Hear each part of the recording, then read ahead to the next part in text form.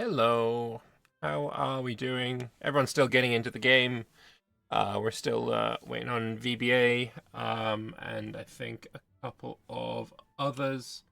Um, but hey, we should be getting going relatively soon. Um, devs are weird. Devs are in fact weird. We now have a couple of renames. Bim Niao, Rombenya, Nying Arrow.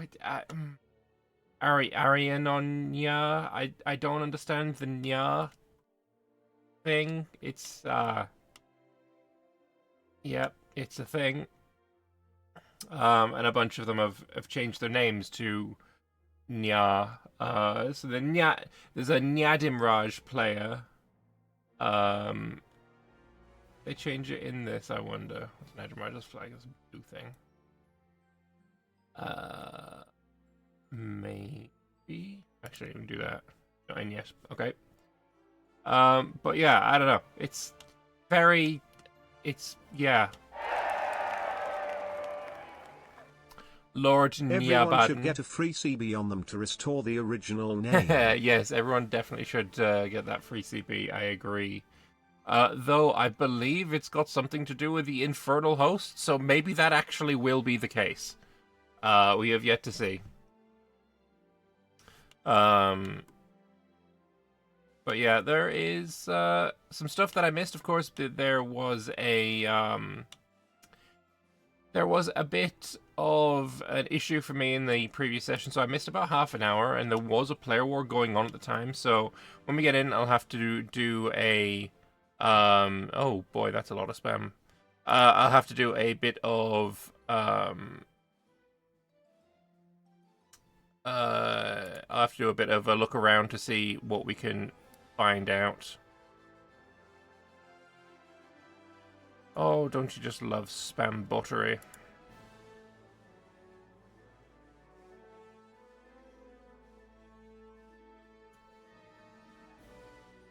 Alright, fuck out of here.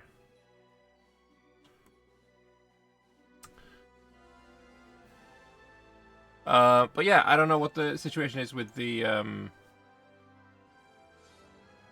with the warfare.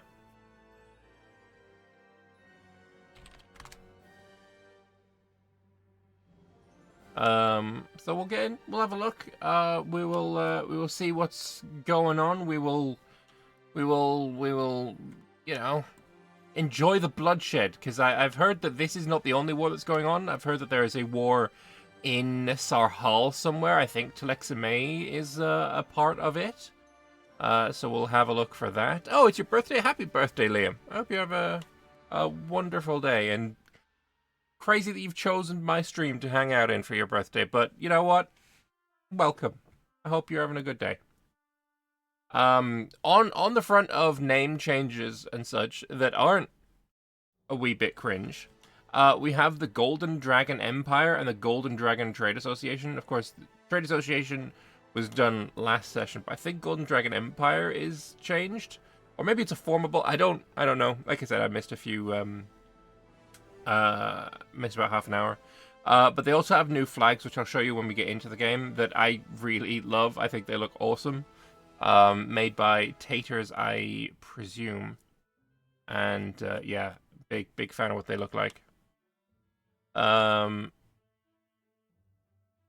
Yeah, I am not sure what's going to be happening with Varmha. They were turned into the Infernal Host, but I believe they are still New Sun Cult and Sun Elf. So yeah, they're in the middle of the masquerade, or they were. So I don't know if that's gonna still be the case. We'll find out. It's just flavor for you, Weg. Okay. Pretty rename, same as Yanshan Taters. I like it though. I think this actually probably could totally be legitimate and nobody would bat an eye. It fits.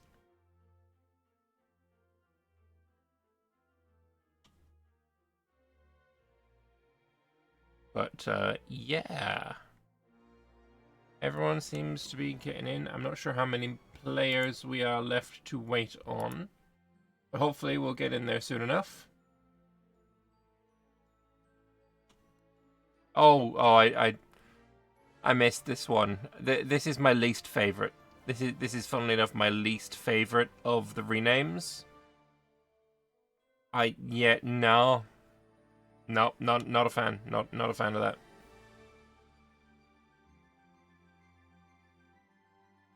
Does anyone know what the fuck nya means? What, like, I have no idea. Is it like a manga thing or whatever? Fucking kids these days. I feel like bloody Principal Skinners. Maybe it's the kids that are weird. It's a Japanese cat sound.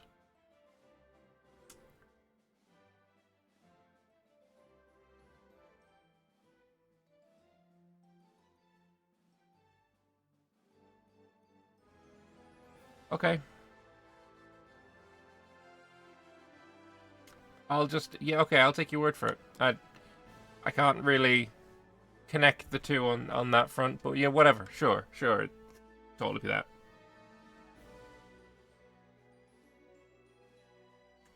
But yeah, Infernal Host, I don't know what the deal is, what they're going to be doing this session, coming in to murder everyone perhaps, and yeah, maybe the Nya clan will be joining them in something. I don't even know. You hope the economy is not as nyad as it was. What? What are they talking about?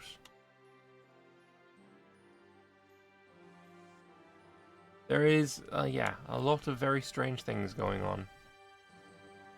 And it's funny because obviously, I don't think it is all about, people making deals with the Infernal Host, because Nya-ing Arrow is being played by Seb, and he had absolutely no clue about any of it until he joined in. So potentially, it's just nothing. Who knows? But we will see. Yeah, I think we're waiting on Civi. I don't know if there's anyone else left to come. Hopefully this will be the last one. Very thankful me being hungover led to Lambert losing his map. I haven't lost it, I've just misplaced it. Difference.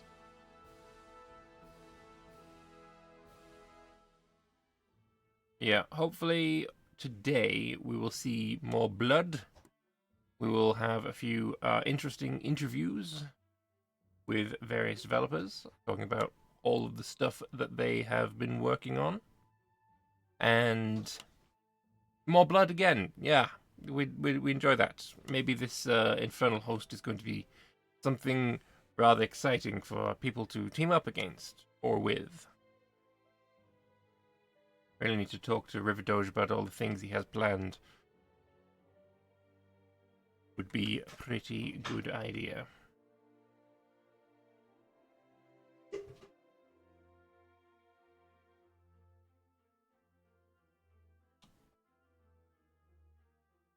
Yeah, the more interesting play. I don't know, is Carnator still at war with Small Country? I feel like no. I feel like the borders have changed. Glade Republic, I don't think they were there before. And Magisterium being blockaded by whom? Yeah, I feel like this has changed. Carnator may have lost their war. And yeah, Magisterium having Toothsend, I feel like that's also new. I think Carnator lost that war. Oh, and there we go, we're getting in.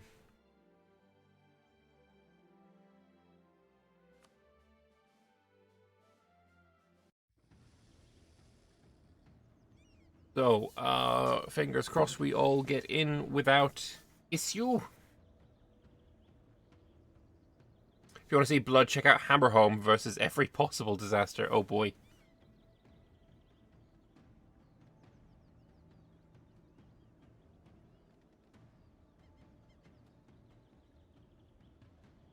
Devs are silly people sometimes. Nice.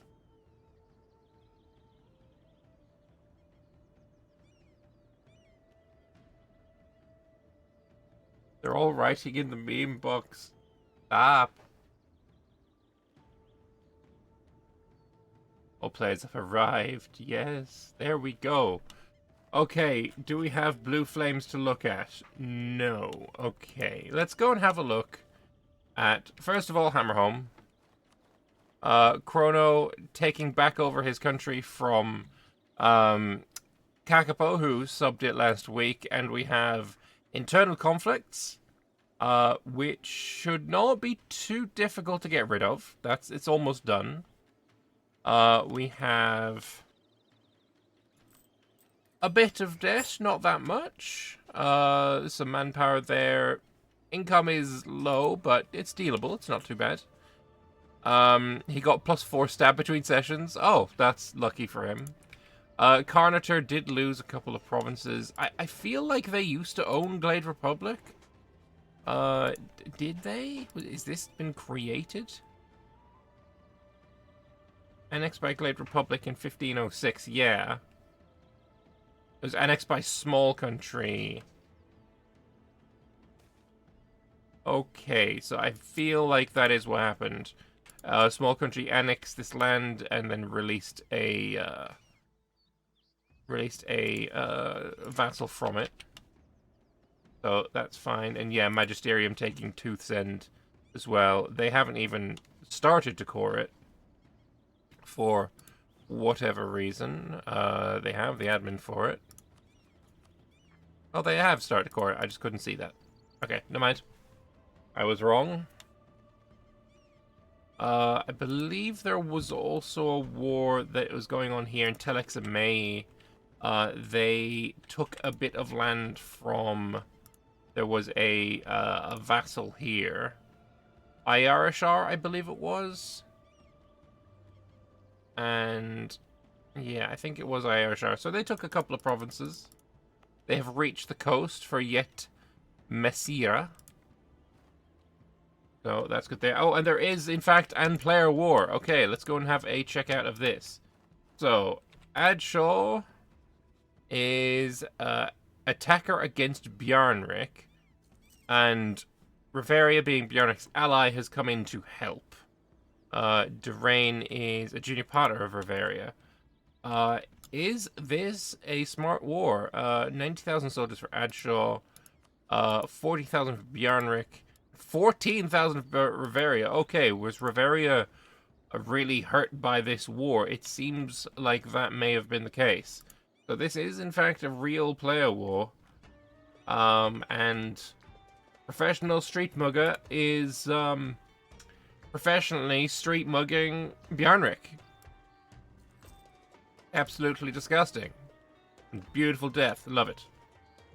Looks like one more siege and Hammerhome is out of their internal conflicts. Let's go. End of the internal conflicts. He gains instability. Beautiful.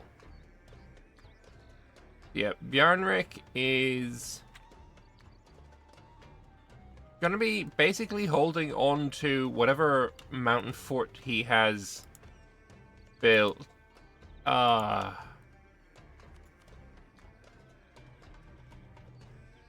no, Bjarnrik. Your entire country is open. Why have you done this? Why is there no fort here? Erviksten, great place for a fortress.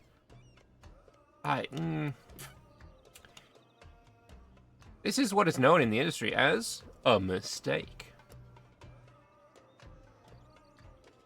So yeah, these are players at war with each other, but yeah, I feel like this was definitely a mistake, and Adshaw definitely is going to be the victor here, I think. They have gone over force limit to fight this war. They are losing money, but not terribly much, and I imagine, yeah, their loans are basically all the 1%ers. They're going to be able to hold on to this war without taking extra debt for quite a while, I think.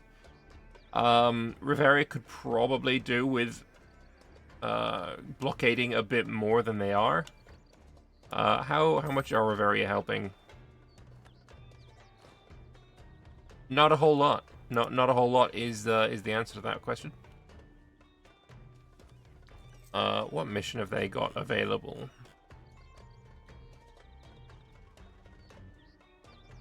Where did I not see it? Did they just take the mission, whatever it was? It feels like that was the case. Either way, let's have a look at Kugdir, who is now at war. They are... Oh, they've joined against Adshaw. They have joined against Adshaw, and Kugdir is marching over with 30,000 dwarves in an attempt to aid Bjarnrik. I feel like that's kind of not really enough. But Lex is going to try and help. And Arboran is also in this war. And they've joined on Adshaw's side. So Arboran bringing 38,000. Kogdir bringing 32,000. So definitely still the advantage, numbers-wise, is definitely on Adshaw. The Adshaw side definitely going to be looking to get a fat win out of this. Wonder, is anybody else going to decide to want to fight? A bit of an expedition going on for Kugdir as well. I wonder, is Kugdir allied with Hammerhome? They are. Okay. Is Hammerhome and Kugdir have a linked mission? I don't need to look at this. There we go. Hammerhome and Kugdir have somewhat of a linked mission tree. They it's a really good co-op seeding. If you would like to play multiplayer with only one extra player, Kugdir and Hammerhome, or I guess Azure Expedition and Iron Hammers are a really good choice for that. Blade marches have formed. Oh no! Moving capital into Blades Keep. Do they even have Blades Keep? Where's Blades Keep gone? Did they like buy it and then sell it again? Hammerhome still has a core on it. How do you form blade marches without Blades Keep? I feel like something fucky has been afoot. Annexed by Hammerhome, became core of Hammerhome. How did that happen? How do we have Aranon forming blade marches without Blades Keep? And they have never owned it. Something fucky is afoot. So, luckily for Kugdir, Adshaw doesn't really know of their existence. Bjarnrik is maybe in a somewhat of a bit of danger. Although Adshaw has 0 boats, which is honestly kind of silly. All it really takes is a determined force from Adshaw to attack this. While they're retreating, a boat enters the frozen pass, and then this army gets stack wiped. And that's not a good day for Bjarnrik. But Adshaw has 0 boats, just like Reveria has 0 impact in this war. Let's have a look here at Kugdir. What's their plan? What are they up to? Just killing rebels. Okay. So, while armies have joined Bjarnrik in their struggle, none have actually joined them. I wonder, are Arboran actually helping? Arboran are coming up to help Adshaw because they feel like, a 1v3 is not fair. But none of the allies are actually helping. So it's just kind of further made imbalance more imbalanced. Oh, and this is not good. Adshaw is just dominating face even when outnumbered. They did cross a strait, though that isn't applying because they've got only 2 maneuver versus 2 maneuver. I guess that's fine. And yeah, they're retreating. This 25,000 might have been able to help, but too slow, I guess. And also, Like, really, the play here, in my esteemed opinion, would be to hold this straight with some boats, and then put all of your armies in Irvixton. Make him fight a mountain battle. And, you know, if you lose that mountain battle, then, I don't know, it was never really going to go well for you anyway.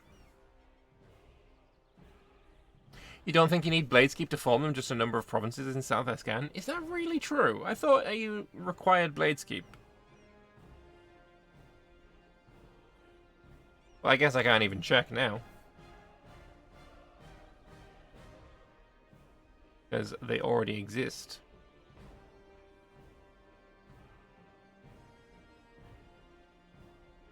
Yeah, Carguin's joining in as the Infernal Host, which, again, it's very funny that they have still got their original religion.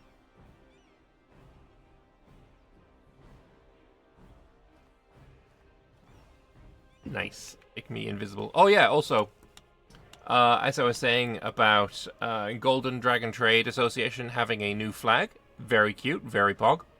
A dragon holding a coin, and then the Golden Dragon Empire has a dragon with flames. I like it. I like it. It's a good change.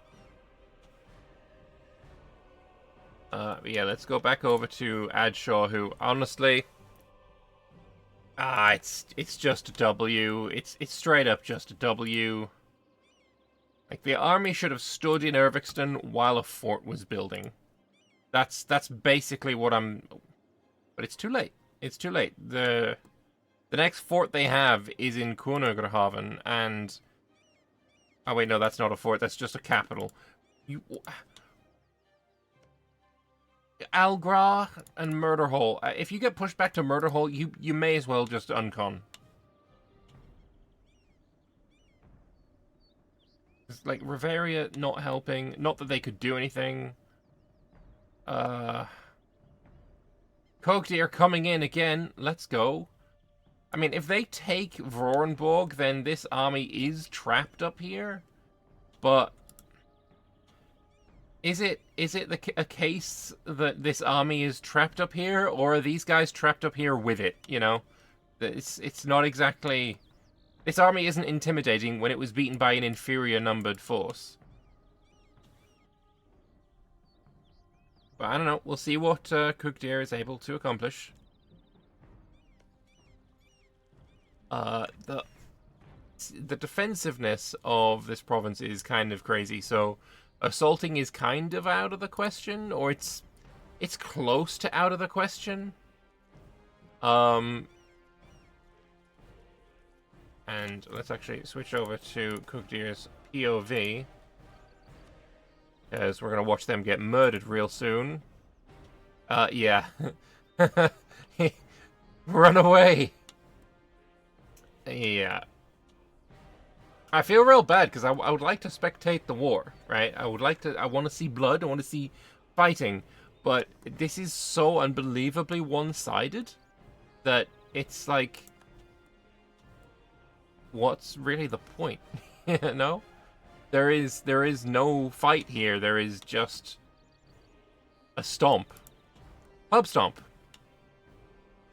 Oh, let's go and have a look at the Infernal Host. See if we have any idea of what's changed. They're allied with Moonhaven, Silverforge, Magisterium, and Adshaw. Nope, this is the wrong country. This is the Infernal Host, allied with Nying Arrow.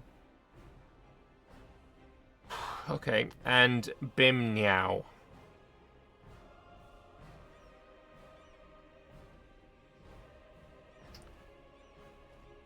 Well, that's cool. They have new mission tree. Nyargwin's Destiny. Everyone province gets divine delegation, giving a bunch of stuff. Okay. So I suppose they can survive on 2 provinces. Valley Nyargwin have 10 gold, and they get Nyargwin's. What? What is all of this? Nyarland here?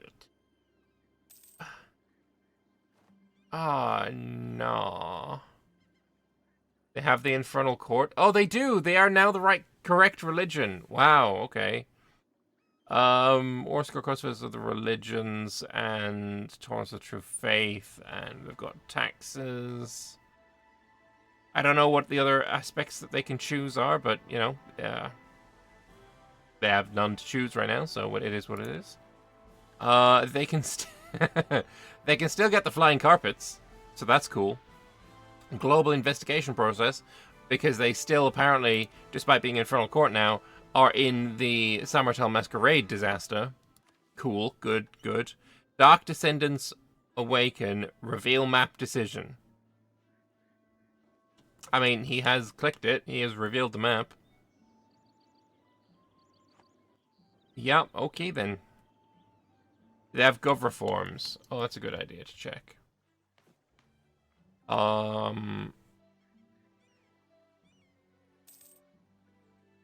Oh, right. This has got the new gov reforms coming to Anbennar soon. This system, I think, is really cool. Tier 5s are the military ones, and in vanilla, basically what you're usually getting is sustained discipline or, you know, basically that kind of stuff, right? Here, though, if you have an extra race integrated, then you might be able to choose something a bit cooler. If you've integrated centaurs, you can get thunder riders with bonuses. If you've integrated the dwarves, you can get some siege ability, artillery combat ability. If you've integrated the elves, you'll get some discipline. Gnolls, you'll get morale damage and such. Half orcs we've got here, half elves. We have some goblins. We have the gnomes. I want this. Can I have this in my game? I want all of that, please. Thank you. Actually, no, I don't. Oh wait, no, I do. Special Unit 4 Summit goes up as well. Oh, it's beautiful. Halflings. We've got Harry Mary. We got harpies, hobgoblins, ogres, lizardmen, kobolds, human. Oh, human first. We'll just get bonuses if we don't like anyone else. Nice. We got some orcs there. We've got Ruinborn. We have the trolls, and we have all races integrated. You just get some fat bonuses, some fat ones. That's really cool. I love this system. I think it's really fun. It's very flavorful. How's the war going? It looks like there is an attempt to march back over. I mean, if they can get to Irvixton, just sit on a mountain. I don't know. Build a fucking fort, like somewhere. You can build a fort. It is not against the rules to build an fort. Even if you're at war and the war might last long enough for the fort to be finished. So, please go ahead. Look at Gowed. Look at Gowed. Why should I look at Gowed? They have a whole lot of cores, but what is up with Gowed? They're not a player. They're just, nothing. What is that in Gowed? We'll have a look. Oh, there is an portal. Is that an portal that is going to be doing something?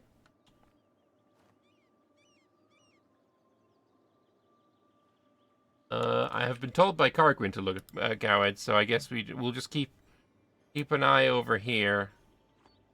I imagine they're probably going to like disappear or something. Or maybe it's something to do with the portal. I don't know if that has been activated yet. We'll find out. There'll be some rebels that I can see. Apparently they've got rebels? Great March of Separatists. I don't think it's working, RiverDoge.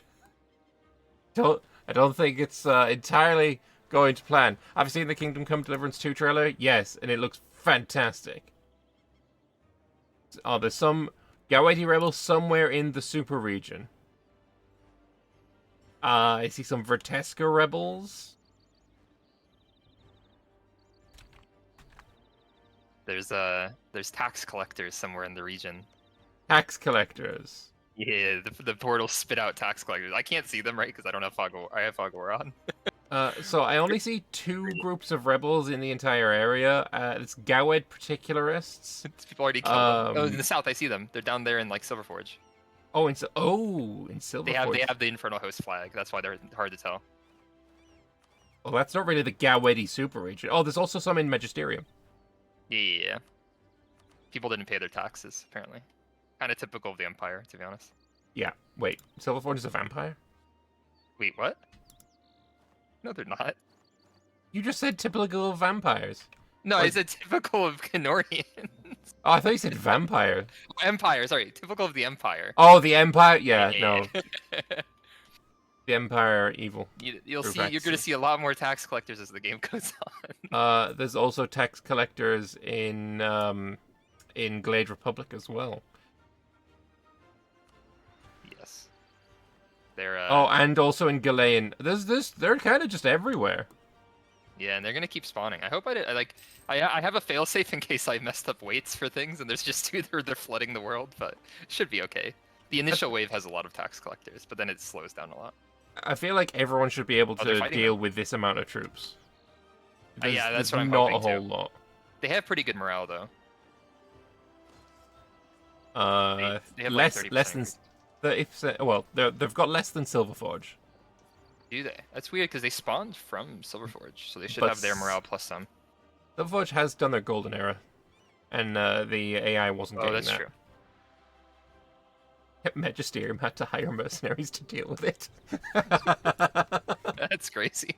But yeah, they're gonna be popping up around the world. I'll have I don't know if you'd rather me message you when that happens, or you can just like see the thing. It should technically do a pop-up, but if you're not tagged into a country, it probably won't show you. Okay. Yeah, it's a major event, so it should like warn people. But if you're Yeah. not on a country, I don't think spectator gets major events. I don't think I do, unfortunately. Okay, I'll let you know, or I'll try and have it timed. I mean, technically, like Cargoin's mission tree is what triggers these. So Right. I did notice. I did click on his mission tree. It's there's a whole bit there. yeah, there's certainly a number of. Oh, Cestus made it in. Let's go. I had them scorched earth their entire paradox launcher and everything involved with it worked.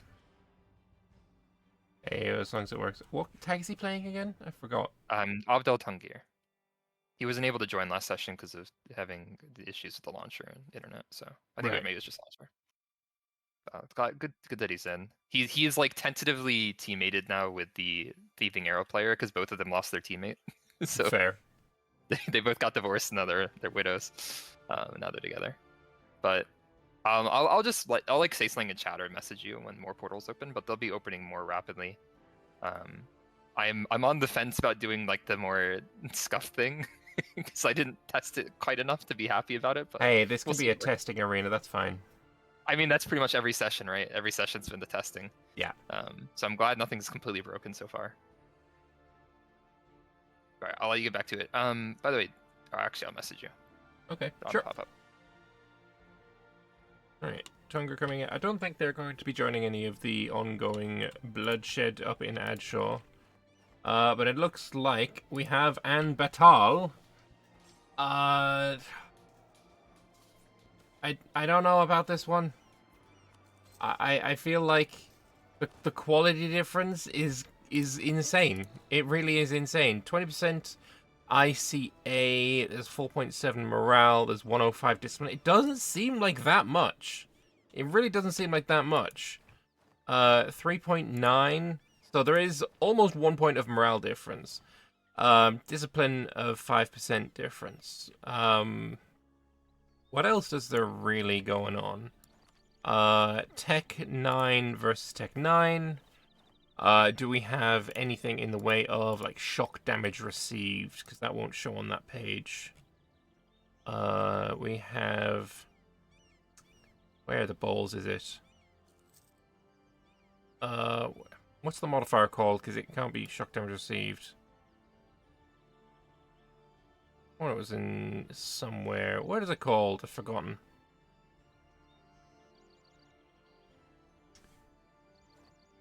Why can't I find it?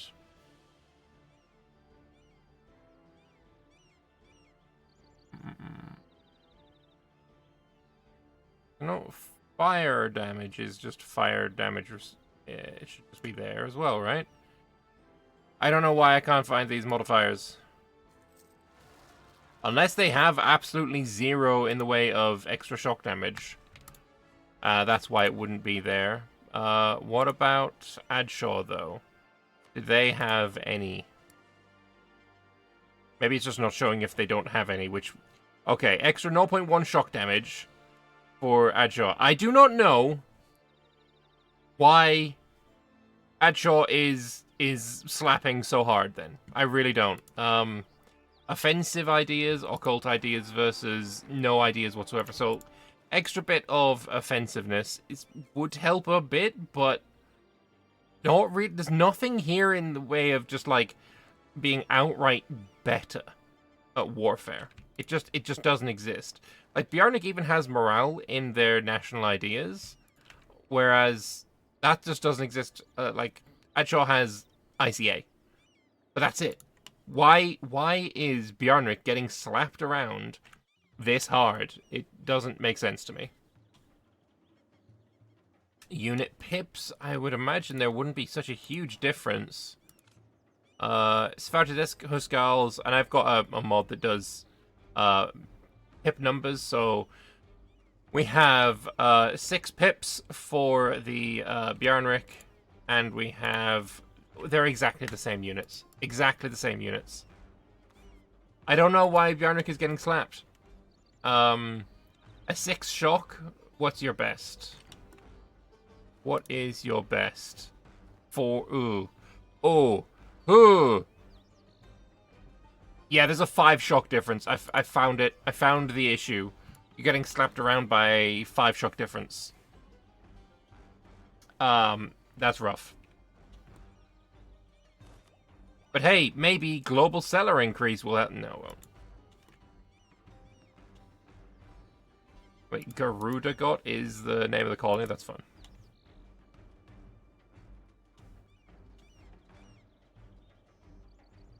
So has everyone dealt with their rebels, it looks like.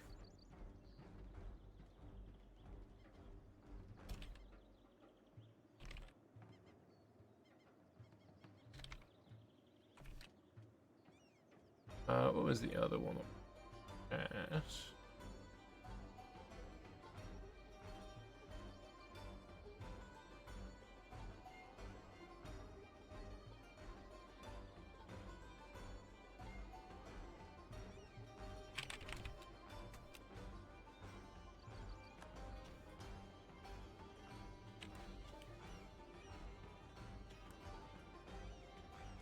It's still not too late to build a fortress as well, you know. There's also still an possibility.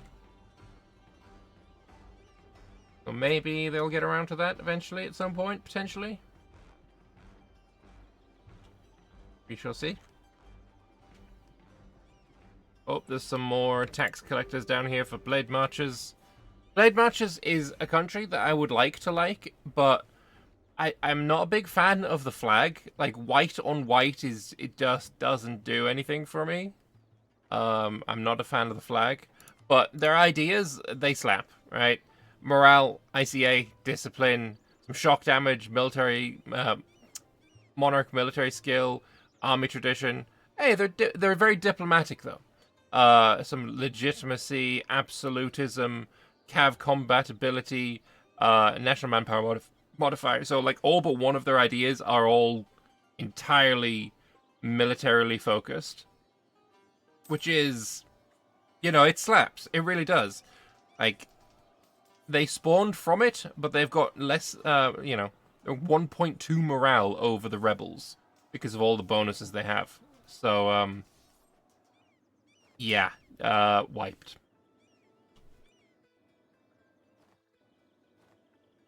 Did not last long. Oh, Riveria's coming back again. Actually, is Riveria just... Yeah, they're kind of out of manpower from, I guess, this death war that they were in. 19,000 men in the whole, which is certainly not ideal. The small country is helping, and they have, a little bit of manpower to supply these condottieri, but small country's army quality is not amazing, and I believe halfling military did get nerfed recently. Oh no, it's not nerfed here yet. This is going to get nerfed in it's nerfed in the bit bucket, but this is apparently on a different branch. You think Blade Marches should be locked to Escan Adventures? I agree. 100% I agree. I think all of the Escani tags should be locked to being Escani. Once again, Bjarnrik tried to cross this strait, and they almost beat them, though, which is crazy. They went over with 37,000 and lost out to 37,000. Oh, they both have independent army. The independent armies faced off against each other. That's funny. But it was a 4-shock versus a 3-shock. Clearly the best general they have still, though. Please, please, I beg. Build a fort. Build and fort. And fort is what you need to build.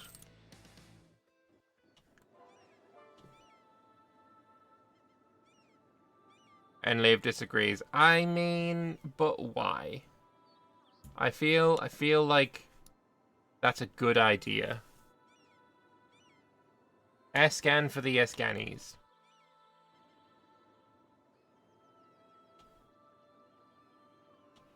Then you'll end up with this. Late Matcha the Borders. Because, yeah, I don't know. I have opinions.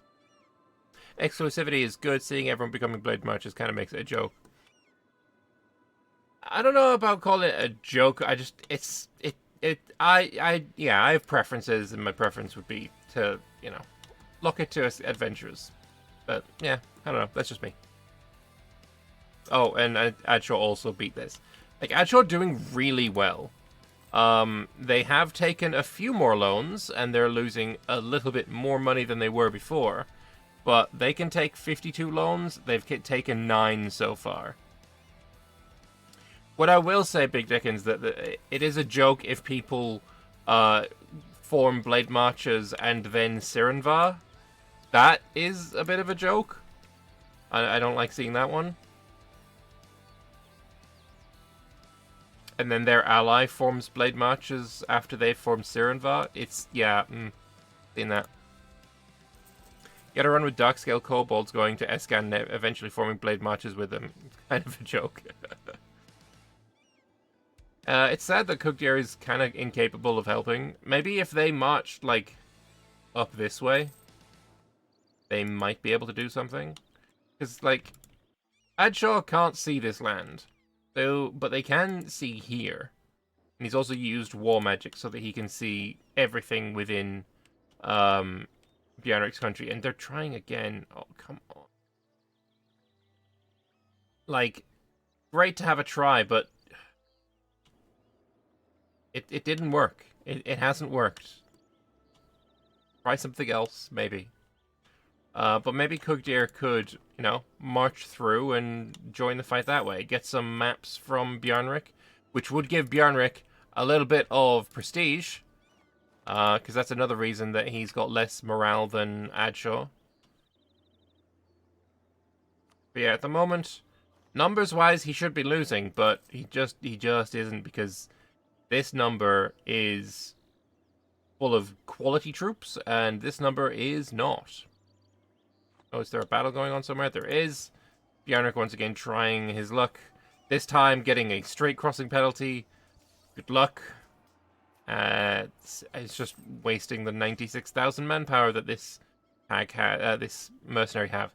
I mean, what I find also crazy is just, like I just saw there, that mercenary has 98,000 manpower in reserve. That country has 48.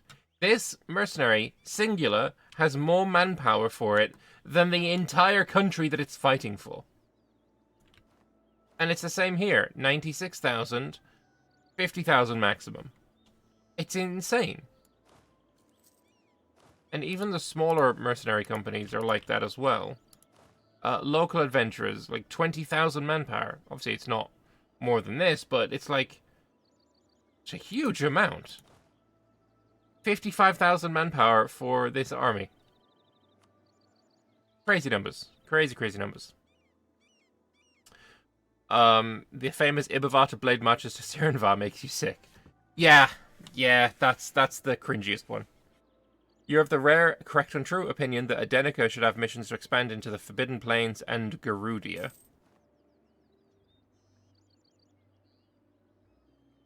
I could see it. I could see it.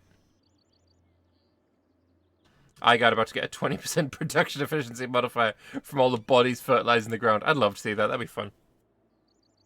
Because, I mean, the amount of casualties in a location is sort of tracked.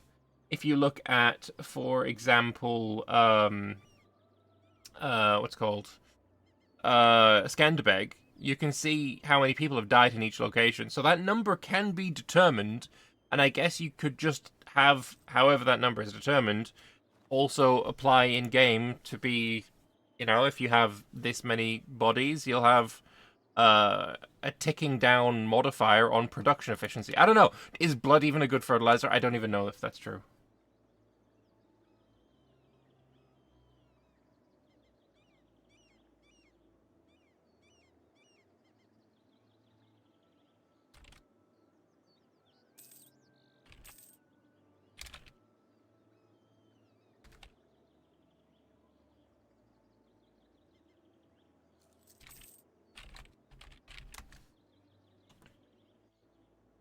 Is anyone else going to jump into this war? It doesn't not look like it. Lots of bodies might be bad as attacks predators and scavengers and spreads disease. Yeah, that's also a good point. Alright, it looks like instead of Kugdir going north, Bjarnrik is going to come south.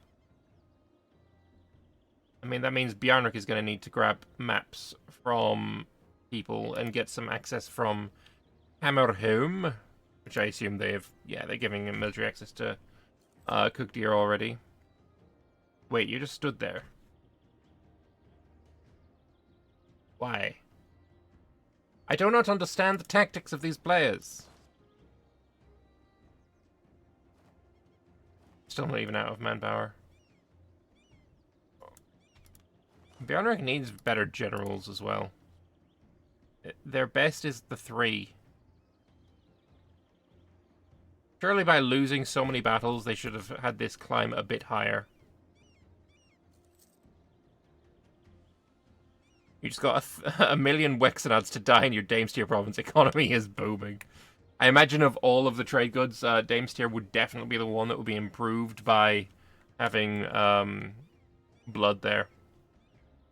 Oh, that's unfortunate. Tax collectors forming on their island.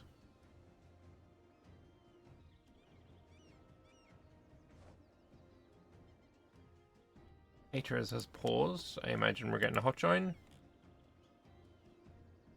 RiverDoge disconnected.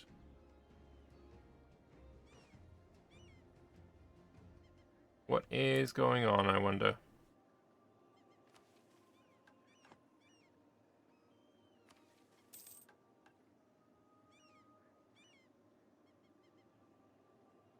I hate it. These memes.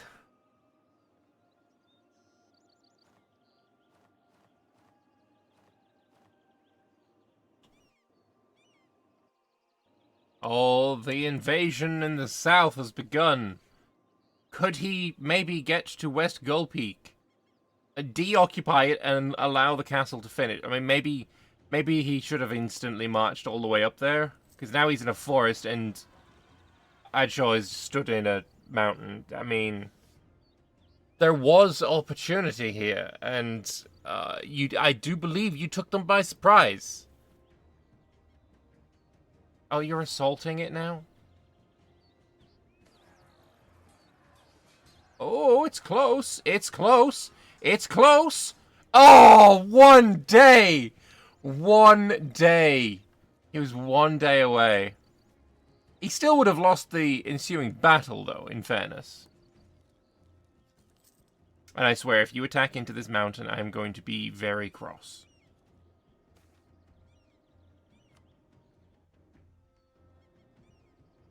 He was so close. But yeah, there's 100,000 troops here. If they had managed to take the mountain, which they had every ability to do, then yeah, it would have been good.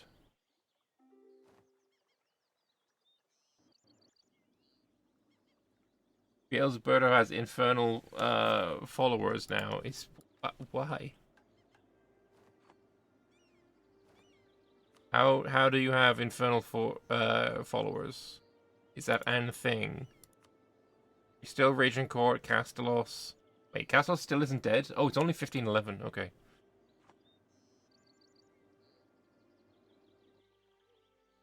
No idea. Okay.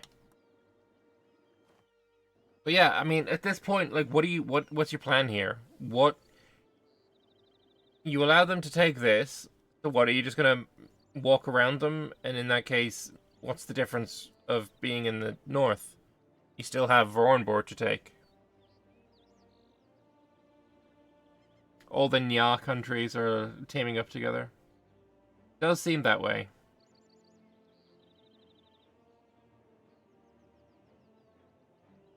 When buried properly, the human body is a great resource for plants to break down and grow from. True.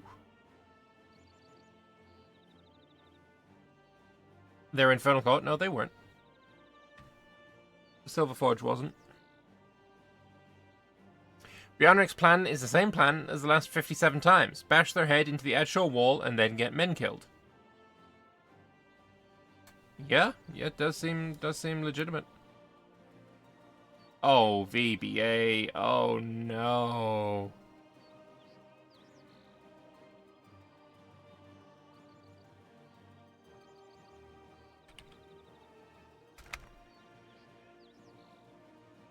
Oh, I can't even write on things.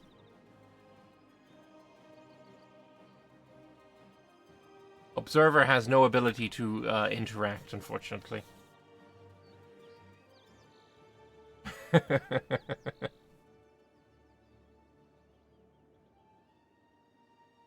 Observer bros, we stay losing.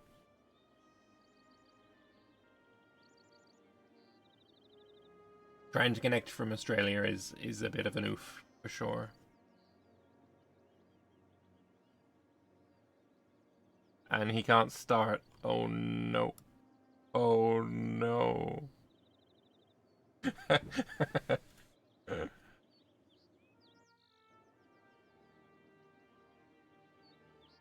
Oh, and there we go, we're back. Yeah, Silverforge. They're not Infernal Court. There's no Infernal Courtage going on.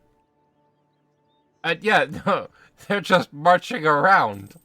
It's the same shit. It's just the same. Nothing has changed. But Blade Marchers could probably march on here now. They could have... No, that didn't happen, though.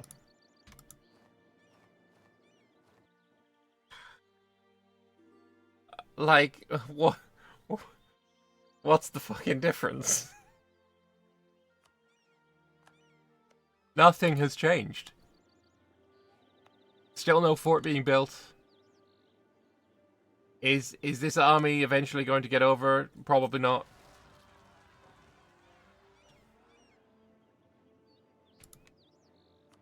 I wonder, is there going to be any bonuses given from RiverDoge? It does not look like it. And Adshaw, crying at war they have. We've seen that already.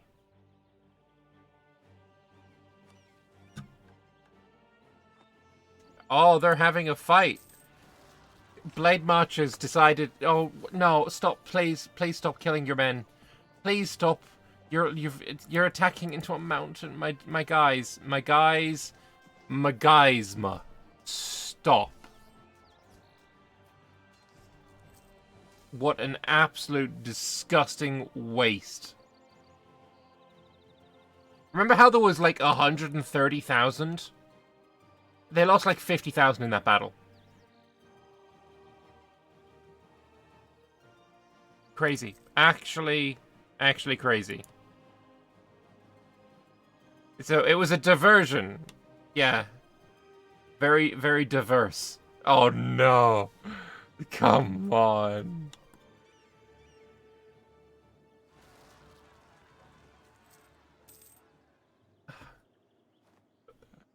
Oh no. No. No. This is just...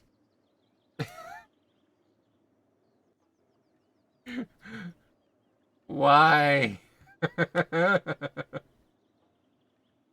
Oh, but look, there's some tax collectors.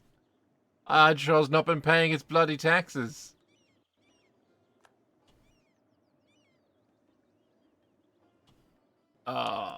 Just one unbelievably terrible, like, attempt at taking a bit of land. It's just...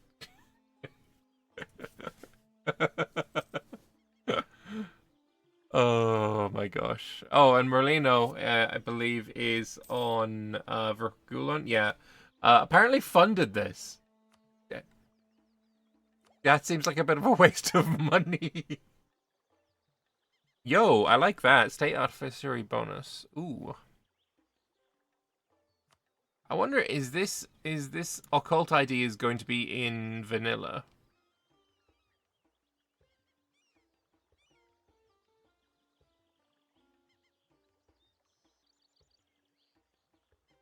Because it's okay. It's not terrible.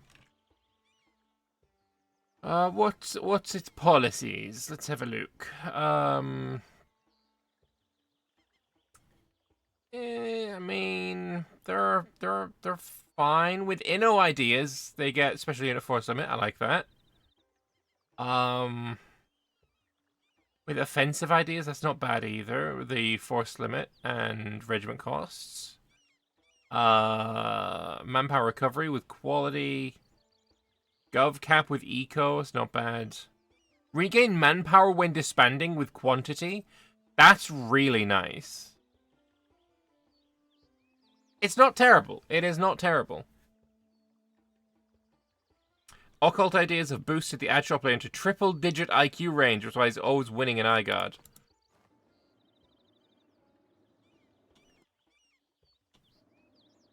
I don't know. Oh, hello.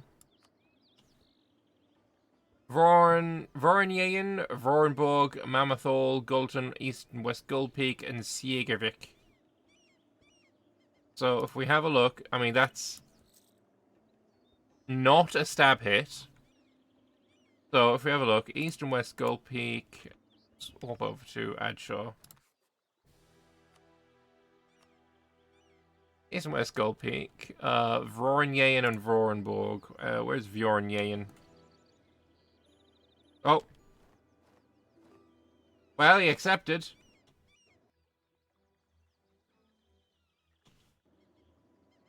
It could be worse, but taking you know, splitting him off is a bit dirty. So yeah, step 1, Bjarnrik. Build a fucking fort. Just that, really. That's step 1. I don't have any extra steps.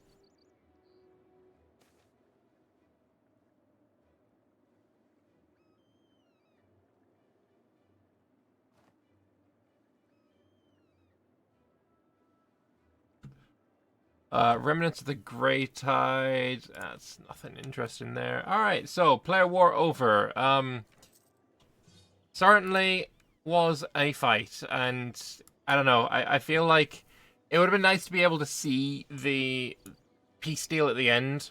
That's another thing that I want for EU5. I want the Observer to have, you know, more things show for them. I want to see, you know, the peace deal at the end. I want to see the battle screen. I want to see all that stuff. And at the moment, we get none of it, so I want to see more. And yeah, 16 loans doesn't seem like a whole lot for Adshaw, so good luck to him. What else is going on in the world? Golden Dragon Empire is expanding their way through Oinkudi. Trolls be scary. Which ones? The Magargamoil, the Magargogers, or the Myrmogers? Probably shouldn't have even attempted that. But yeah, Magargama is looking relatively strong. They've got a no, they're not. I lied.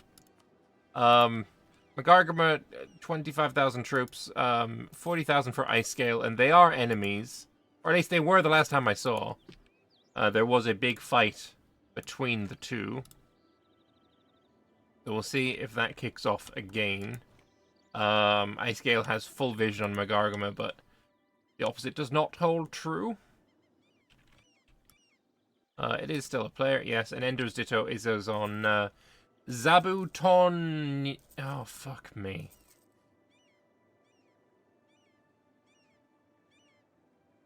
Yeah. Anyway, let's have a look at this country, because I've not seen much of what... I can't even remember what this country is supposed to be called. But yeah, ideas-wise, let's have a look. They have a colonist. Shock damage received minus 15 is huge, actually. Movement speed, missionary strength, cav flanking ability and maneuver, adventurer loyalty, national supply limit, extra 0.5 cav fire is interesting, and a free mill policy. They're going with horde ideas. So their cavalry are cheaper, they get more ratio. They're not able to take Aristo, but maybe if in the future they stop being a horde and become a kingdom, they can take Aristo as well. And they can raise these hosts. Is that a special unit for them, I wonder? Those are mercenaries. It is indeed. They get minus 10% shock damage received. Cossack Lakefed. Interesting. And also, I suppose if they integrate with the Centaurs, they can get Thunder Riders. I imagine that's probably not what they're doing. Centaur is oppressed. Yeah. I mean, it's not difficult for him to just click this button and unoppress them. Oh, he's already taken humanity first. I don't know, fella. I don't know about that one, my dude. If you're going cav, this might just be a better option. If you're a cav tag. Small country has paused the game for an reason. Not sure why. Oh, people lagging. Let's have a look. Seb is 10 days behind. Dubious is a day behind. That's it. Seb be dead.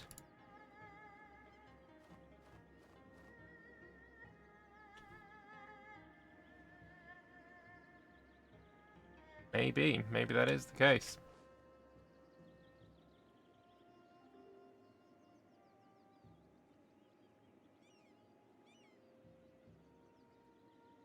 I don't think it's necessary to rehost. I hope they decide against it. Like, just wait for Seb to catch up and then everything goes back to fine. It's not going to change anything. Alright, I guess he's caught up now. Or did he get kicked? He got kicked.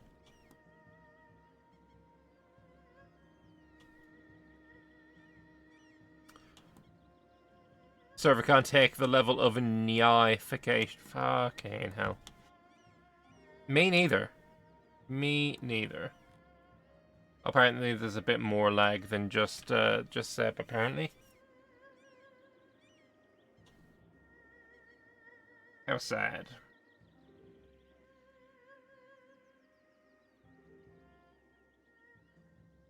So there may in fact be an rehost here.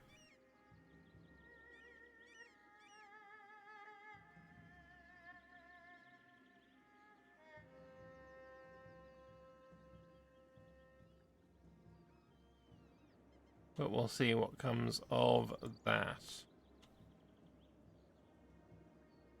If we get a big pop-up saying, oh, server disconnected, there it is, server lost. Okay, I guess we're going to be doing a rehost. So, I will be back in a moment. What happened to the Harpy Hills? Well, the player who was here got relegated to being an Infernal Host.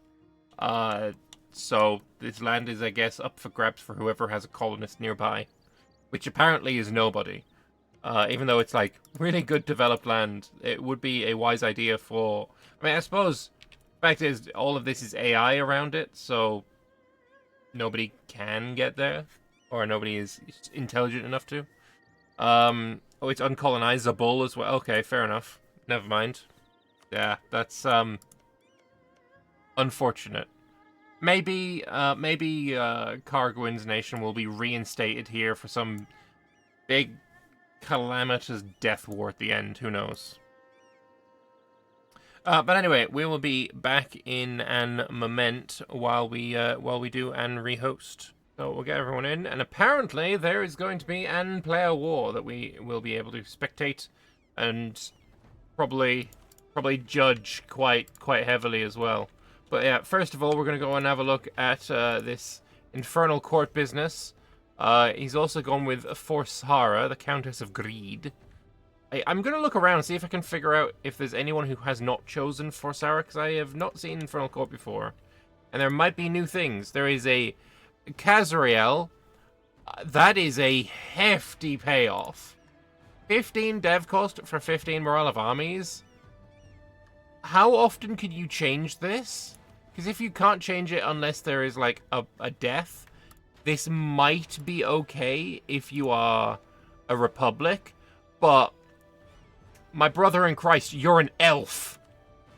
You don't die. You will be keeping this forever until the end of the game. No. Arinyonya went with Hedin, Missionary Strength. I mean, I suppose that's kind of intelligent, because you got a lot of stuff to convert to, you know, to the Infernal Court. So sure. Who else was there? There's Bim Niao. Bim Niao went with the Ildran. Construction cost for taxes. That's good. I would take that. That's really good. That's probably the best one I've seen so far. We may live in the era of the tax meta, but 20% construction cost. Although your country is kind of small, so maybe it's not entirely good. But, you know, getting cheap-ass workshops is very nice. Did anyone else swap? Or is that everyone? I think that's everyone. No one in the south decided to go with it.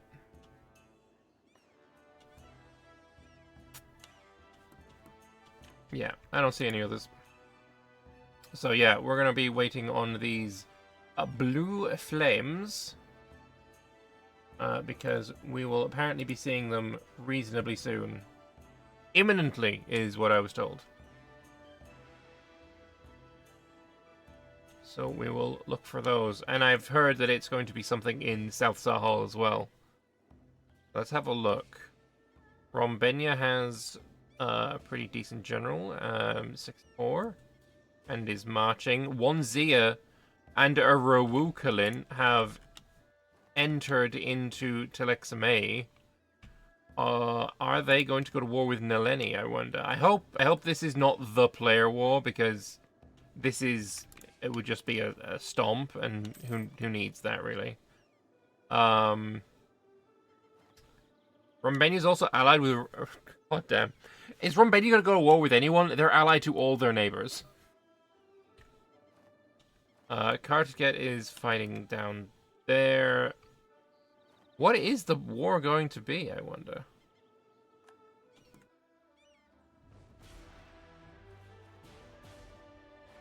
There's Umoji Bashidi, who is not allied with this block. I don't know. I don't know what these this war is going to... I feel like it definitely is going to be involving Telexame. purely because of Arukulin and Wanzia armies being here. Oh, maybe it is versus Umoji, because they've got armies on the border as well. But they're allied. Wait, they were allied with Rombenia. I did just see that, didn't I? Do they now have a truce? Umoji. Where are their truces? They have no truces? Surely not. They have no truces. Maybe this is going to be the war. Umoji versus Telexame. I feel like it's just such a big alliance block, though. I don't know. And that does look like they're on the border waiting. They are also allied with Neni, so they might be getting involved. Shalazar might also be getting involved. But numbers-wise, I mean, especially if more Arukulin and Wanzia armies get transported, and potentially even some Bimlau troops as well. Bimlau has a ship. Wait, was that? Umoji Bashidi has a ton of ships up here. I mean, if you notice this buildup of forces, like, you'd want to start a war. If it is Umoji Bashidi that's going to start the war, they'd want to start it relatively soon, so that they can stop this inpouring of new troops. Because that's, you know, an extra 50,000 that kind of was not necessary to fight. If you have the naval supremacy. Which, I mean, they did. They do. There's a lot of ships. Umoji bringing in more troops. Oh, they're just on the island. I wonder, are they going to try and maybe allow all these troops to get over and then land with some troops in Arukulin? That would be funny.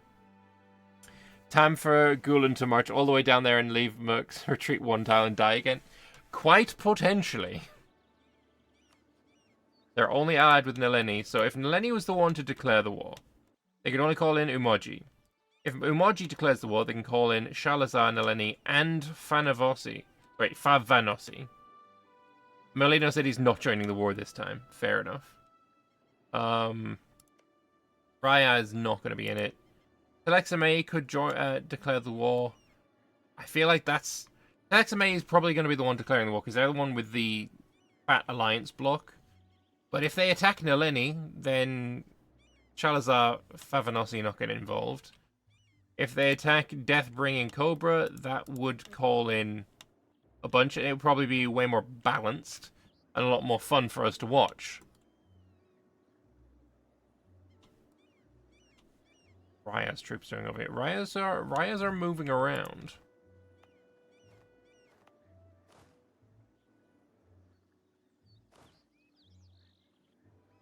What are these sides gonna be? I do hope it's Umoji declaring on Telexame and calling in all allies. That would be my preferred war, really.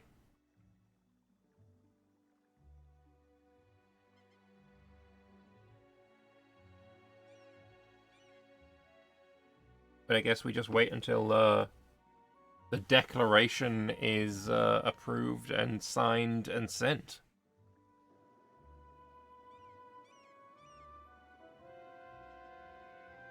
The white monster sip. Look, it's yummy, so don't judge. No judge, please. And there it is, the war. Neni conquest of... Okay, so Neni declared the war. I mean... Who does that even bring in? Is Fanavosi in the war? No. Okay, so Shalazar didn't join... I mean... I feel like this is just a loss, then. I feel like Neni just loses now. Unless Umoji is so unbelievably powerful that... it might not, in fact, be a loss. It may, in fact, not... I mean... That is a lot of Umoji troops. That is a fair number of Umojis. So... what are we going to see for this conflict? Umoji coming in with a 4 shock, not a bad army. 90% fort defense is kind of cracked. We should see them breach, but I don't think we should see them assault. Right now, combat width is 24. Oh. Well, he has decided to assault. Which I suppose it could be worse, but that is a lot of fort defense. And it's going to be a lot of dead Bashidis. It's painful. It's 10,000 dead. It's 10,000 dead. I mean, okay, if you think about it though. No, you can't leave. You can't leave. Please don't leave yet. Please, I beg, don't leave yet. If they just come in and re-assault it, all that effort wasted. Stay there for like a couple of months. Don't just run away.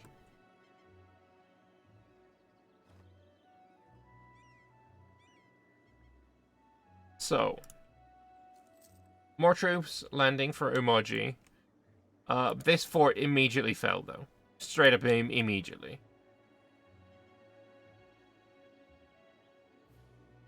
But yeah, there's highlands, there's a mountain. Like, these forts are not going to be easy to crack.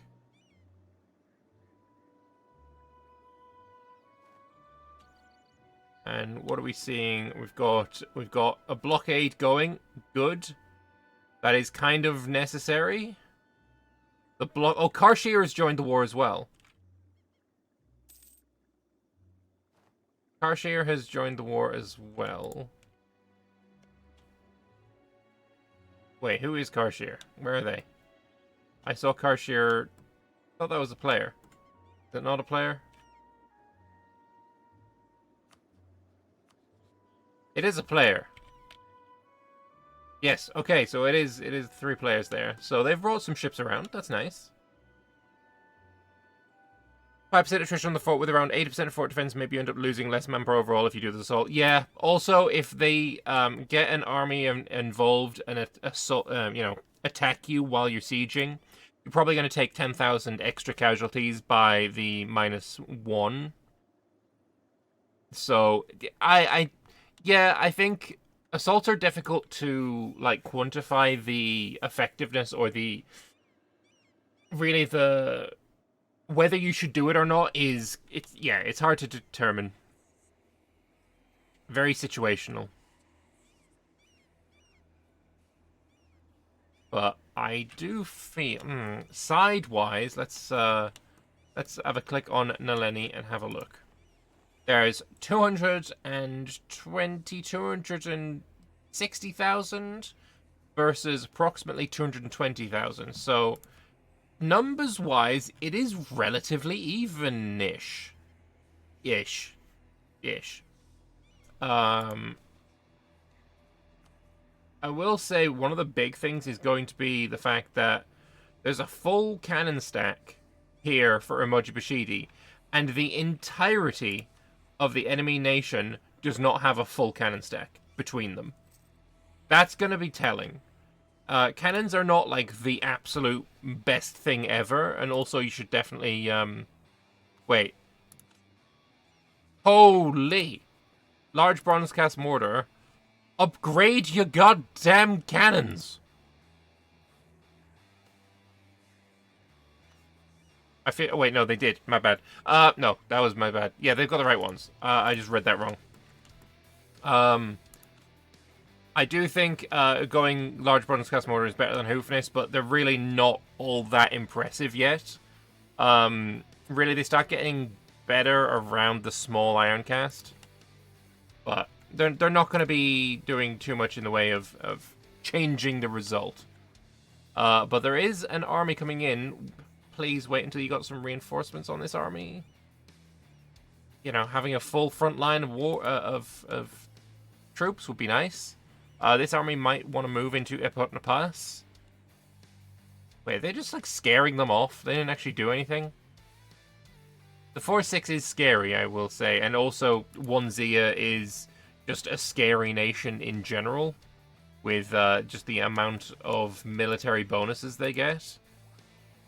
Combat ability there. There's morale. There's it's Wanzia is a tag for sure. It is the Blade Marches of the East.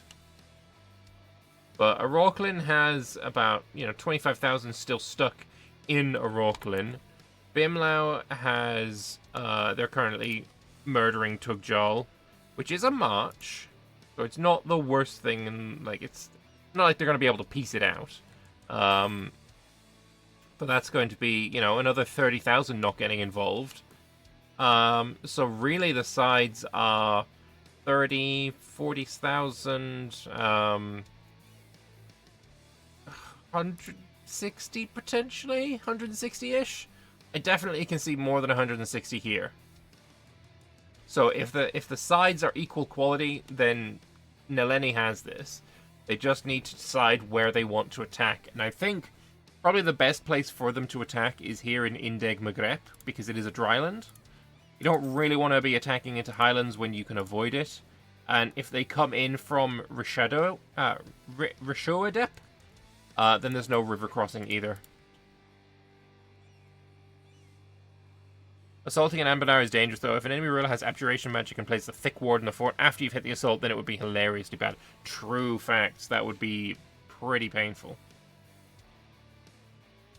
They can also decide to go for this Highland fort. I mean, there is 40,000 here, and... Wait, have we got any war magic? Do they see that army? They do not. No war magic turned on. They've already cast a spell. I don't know what spell they have, though. Air is powerful mage, that's good. Don't know what spell they have, but they're going to go and assault another fort. They do now see Rombenya has decided to come join. They also have a 6 shock, and yeah, they're assaulting. It's not going to fall before this army engages. But really, while this army is moving, this fort should be sieged.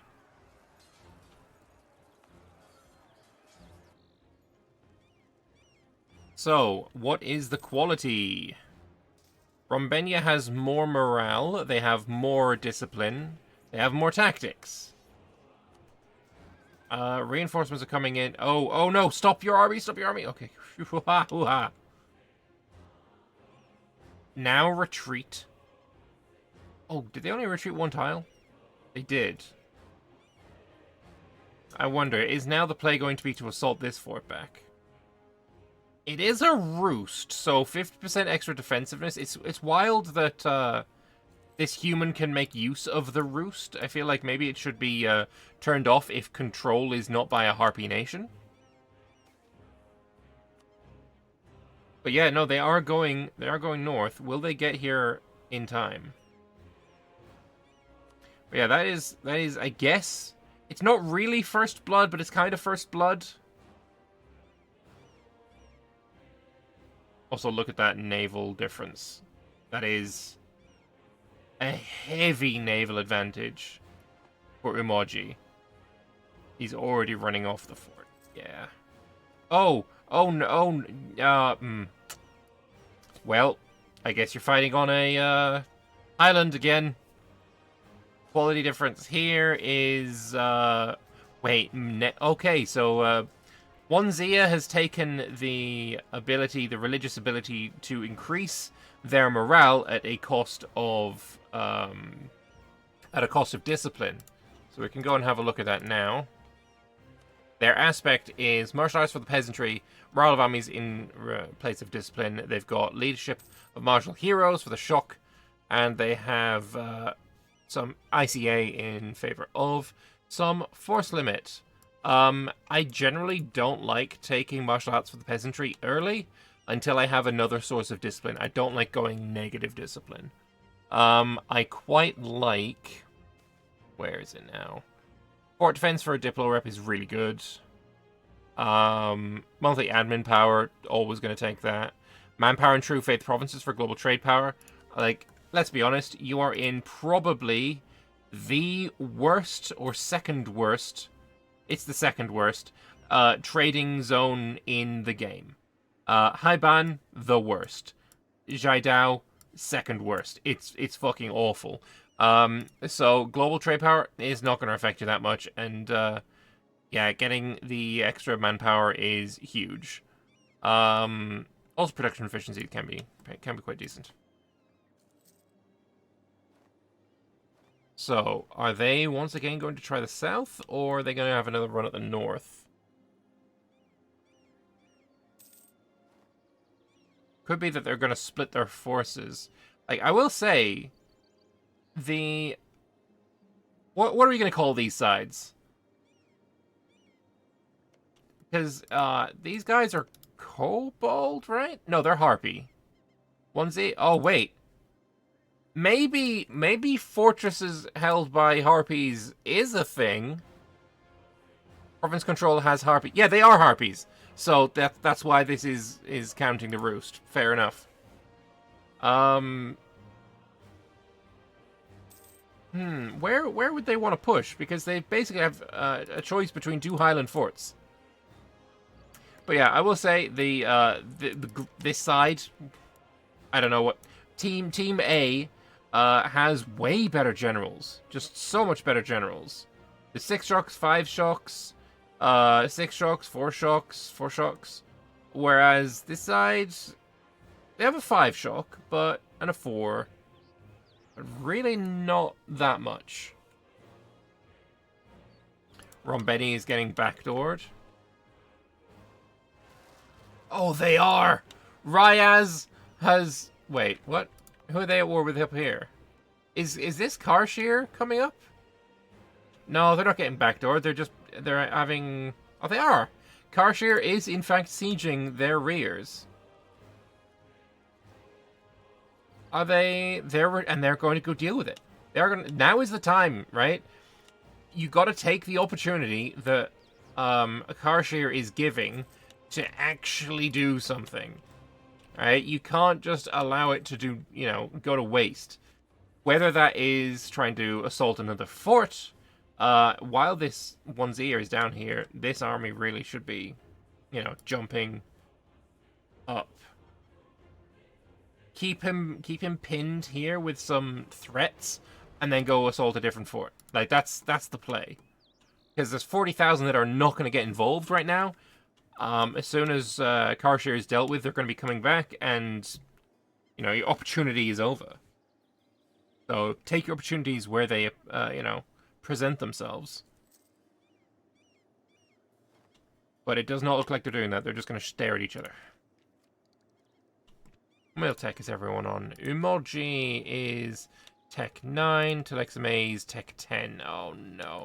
What does tech 10 give? Extra cannons, extra cav. Cav's mostly irrelevant for most nations. It might be impactful for some. Runer magic going down for Umoji. Let's see what he chooses.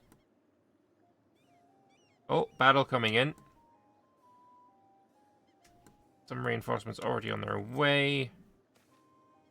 He went with enchantment magic. And he hasn't got dominate to surrender because he's only renowned. Evocation magic, war magic going on. That's good. Military magic here is probably good as well. And is the numbers advantage going to be enough? Neni really needs to wait for a monthly tick before they get involved there. I'll tell you what, though. I feel like the Telexame side is going to win this. Numbers-wise, they kind of have it. The cannons have started to run away, so the cannon advantage is over. The reinforcements need to come in soon. This 20,000 is going to be key.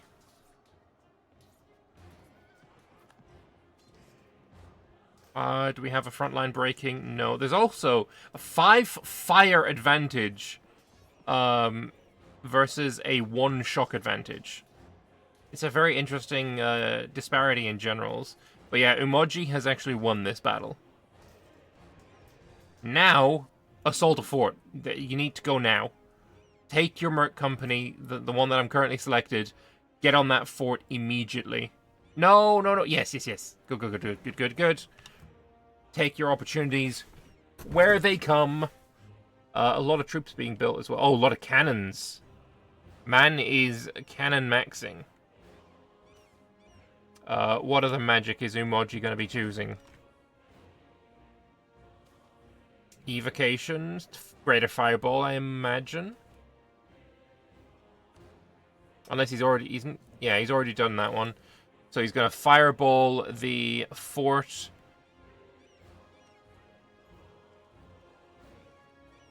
Eventually, potentially. I don't think he Fireballed it. He should have. That is so many troops. That is so many troops involved. That's not the way you're supposed to assault. And it's actually Neni that's taking the absolute brunt of the casualties here. Neni, 15,000 manpower. And they have taken it. Alright. Could also do the capital real quick as well, but really you want to consolidate your hold on this territory. Siege these, get your troops to be reinforced. This army can't move. It is completely dead for morale. How did this end up going? Okay, Rumbenya is going to remove Karshir from the war, is what I'm seeing here. It's a shame that Fanavosi can't get involved as well to save Karshir, because they're kind of linked. That'd be nice. Ryaz is fighting Infernal Host in Rombeni lands. Yeah. And Bim Niao is coming down with some troops as well now. And Praketa getting involved? Is that a player? Were they always in? Oh, that is a new player involved in the war. Okay, so I guess there's gonna be some reinforcements coming for Telexime soon. Oh, this is gonna be a really bad battle, I feel. That's reinforcements came in, but the morale is still... Oh, don't overstack. You're overstacking so hard right now. And that 5 fire advantage is wild. So let's see if the Umoji side can hold. I don't think they can. I think they're losing this battle. They do have a full backline of cannons, but it's pretty close to that for the other side as well. Except their cannons are staying in longer. Front line is breaking, though, for Telexime, and yeah. Let's call that a throw. Because that's exactly what it was. There were troops available to reinforce, and they did not.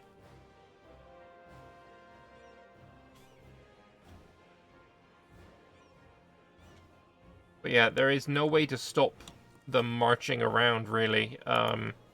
Sharusham is giving military access. Tukjol is dead.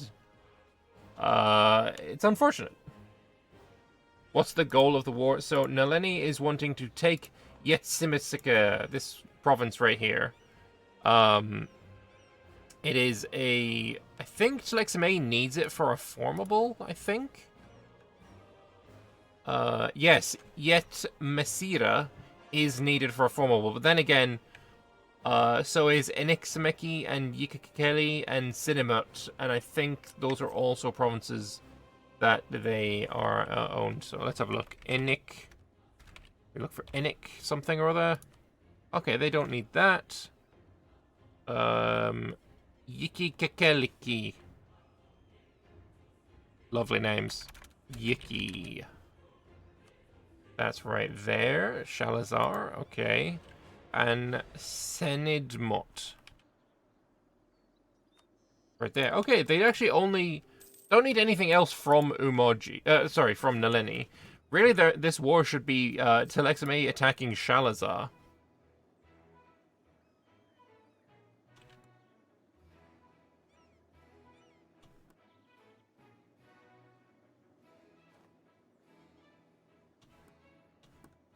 But yeah, they've now taken the capital as well.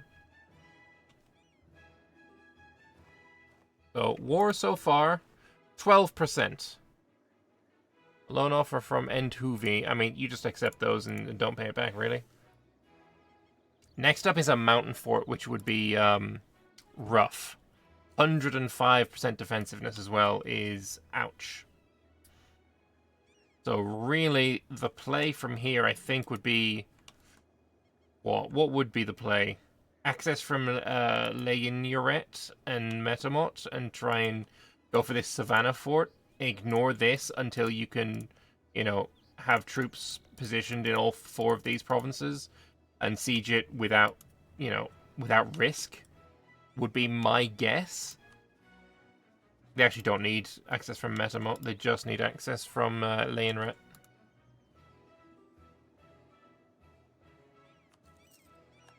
Seems like not a lot of people are fans of this block, sending loan offers. Umoji down to 30,000 manpower, Neni down to 10,000, Tuxmate 17, Rombenia still 40, Karshir, it's going to die, so it's kind of irrelevant. Ruwukalin,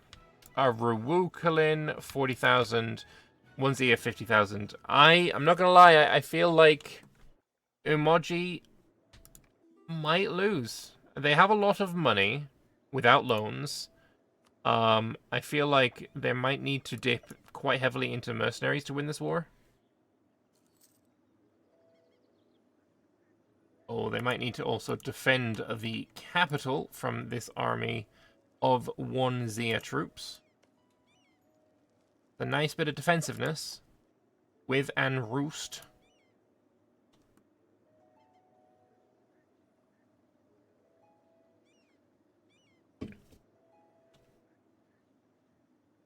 And they're running away. Oh, the cannons are caught! Oh! I don't know, I feel like you should have taken that battle. I feel like that is a battle that maybe should have been taken.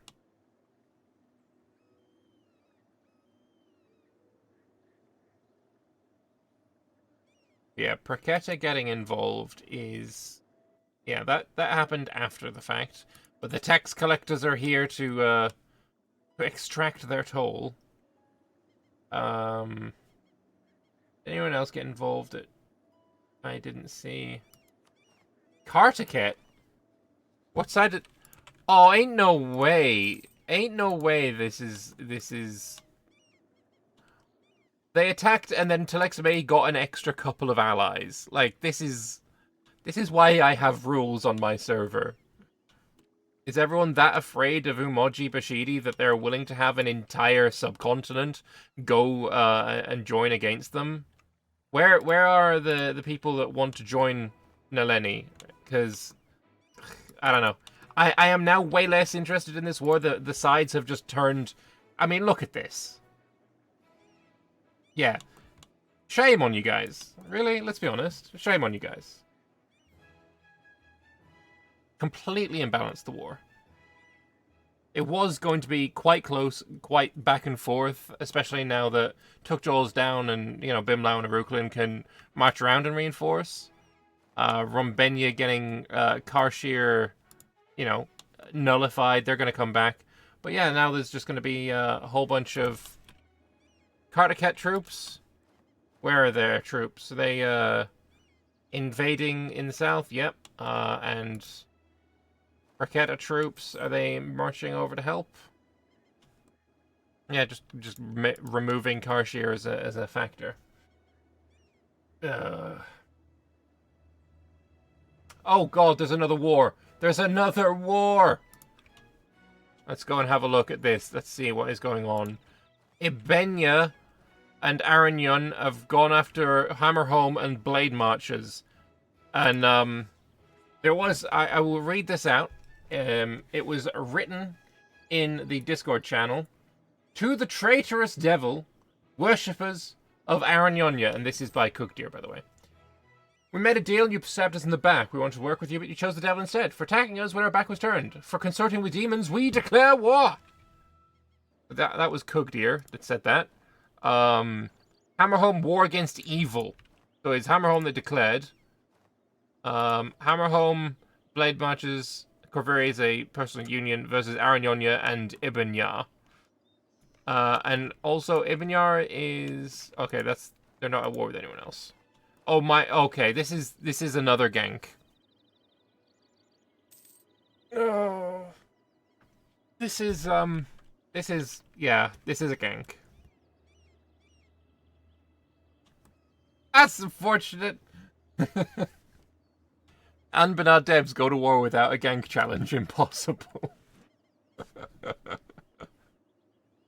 Oh boy. I mean, they even have Ice Scale down here. Like, was that necessary? Mire Maw's here. Was that necessary? I don't know. I mean...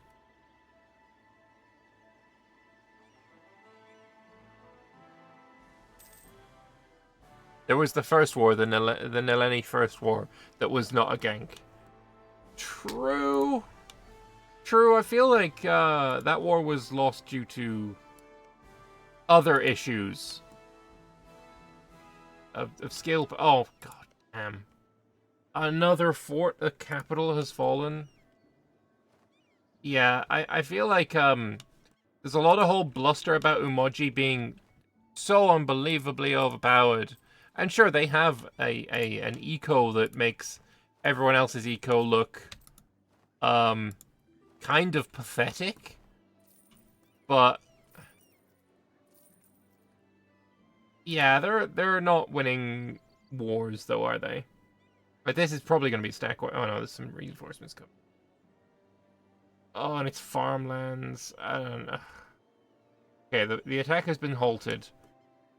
But really, why are you holding farmlands when you have highlands right here?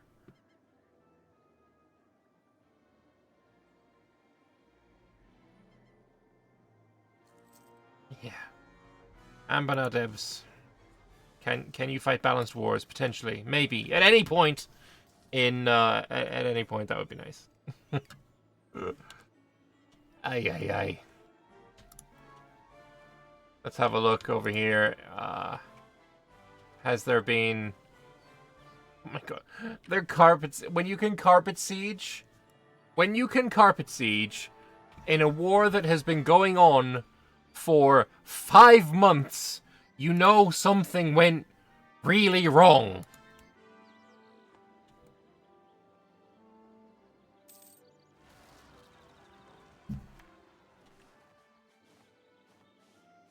Ipava should have good quality, but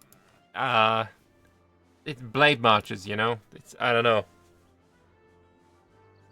They're role-playing. They want to hold farmlands to secure food. EU5 reference. I know, right? Oh, don't get me started on EU5. Actually, that's a good thing, though. Maybe in one of the interviews that we do today, maybe we ask about EU5 and see if anyone is got any plans, hopes, dreams. Look at Aranyonya.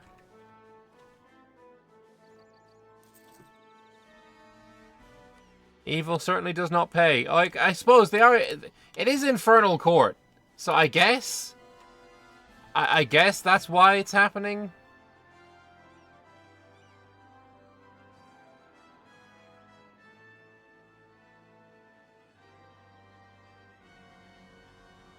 But they don't even have... I mean, they have Legacy of Adventures. They don't have a, They don't have the Witch King modifier. As far as I can tell.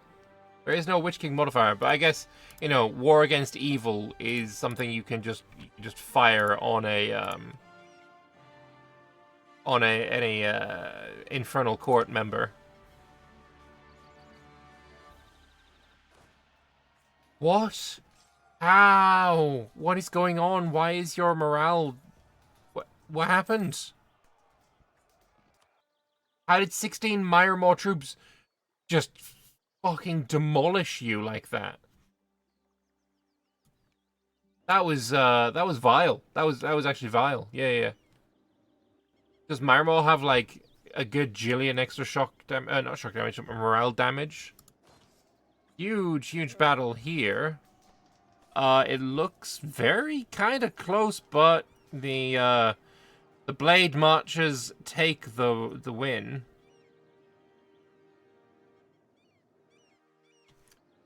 The Onions had layers, but the Aryan army did not. Oh no, blood's in the water. Blood is in the water. Oh, it's Jover. It's so Jover. Oh, you could have cut reinforcements. That might have actually been a good thing to do. I suppose you don't have any morale, though. Oh, no. Oh, and the Aryan army is... Oh, nice reinforcement timing. Now they could just march north and murder. Oh, they're getting out, though. They're getting out. Oh, no. Yep. So this war is. Oh, let's go and have a look down at Neni. How goes that? Surprisingly, no forts have been retaken. They're trying to now get Tistris. Is there enough troops to deal with that? I feel like the answer is probably no. It's not a roost this time, but 60 defensiveness is quite nice still. Yeah, as soon as they march north, like, Rombenia is going to be here and be like, you know, this fort, I think I'll take it. Very low defensiveness. Oh, they're retreating from that. Maybe, I don't know. I don't see any push here. I don't see any way to move the front lines. Telexame and Wanzia are assaulting the capital. Can they get there in time? I don't know. Maybe you're gonna get there on the 9th? No, they're gonna get the fort back. They got the fort back. Oh, they had a day. Yeah, and they're gonna lose that battle. I feel like general strength is like a huge part of the reason why Telexame is winning this war. I mean, technically they're not winning, but they've won. It's not even a question at this point. And I think, you know, the strength of the generals on this side are a big reason why. Oh, and there's going to be a battle. They've been caught. Oh, they only retreated one tile. Oh no, they didn't. But why? Maybe they did. Is it an Umoji, you know, thing to only retreat one tile? Is that intentional? They're not going to get a reinforcement tick. I mean, they are holding on Highlands, but like, there's no morale, and you're just getting beaten on morale. 20% discipline is nice, but yeah, cannons on the front row is not nice. You've reinforced, but your cannons are all dead now, so you're feeding men into a grinder that is not healthy. It's not healthy at all. Going in with low morale troops to reinforce low morale troops, it's not gonna go well. Then again, these cannons have started to retreat. There's more reinforcements for Telek than there is for Neni. But that front line is shattering. Reinforcements are going to come in. What's your reinforcement? 16,000 reserves. 3,000 reserves. So who can hold longer? 9,000, 3,000. Extra, this might be what swings it. This literal 9,000 AI stack might be what swings the battle. There's no reserves for Neni. There's no reserves for Telexame. Are you gonna? They're not gonna get in. They did not get in. Now go retake this fort. There's 580 men. There's 580 men. Get on this fort now. Move. Move. Please. I know there's one army that's going up there. Literally based AI doing God's work. That's fine. Okay, good, good. If Bim Niao had come down to help, that would have swung it. But that battle, I mean, there's 60,000 left. There's 130 retreating.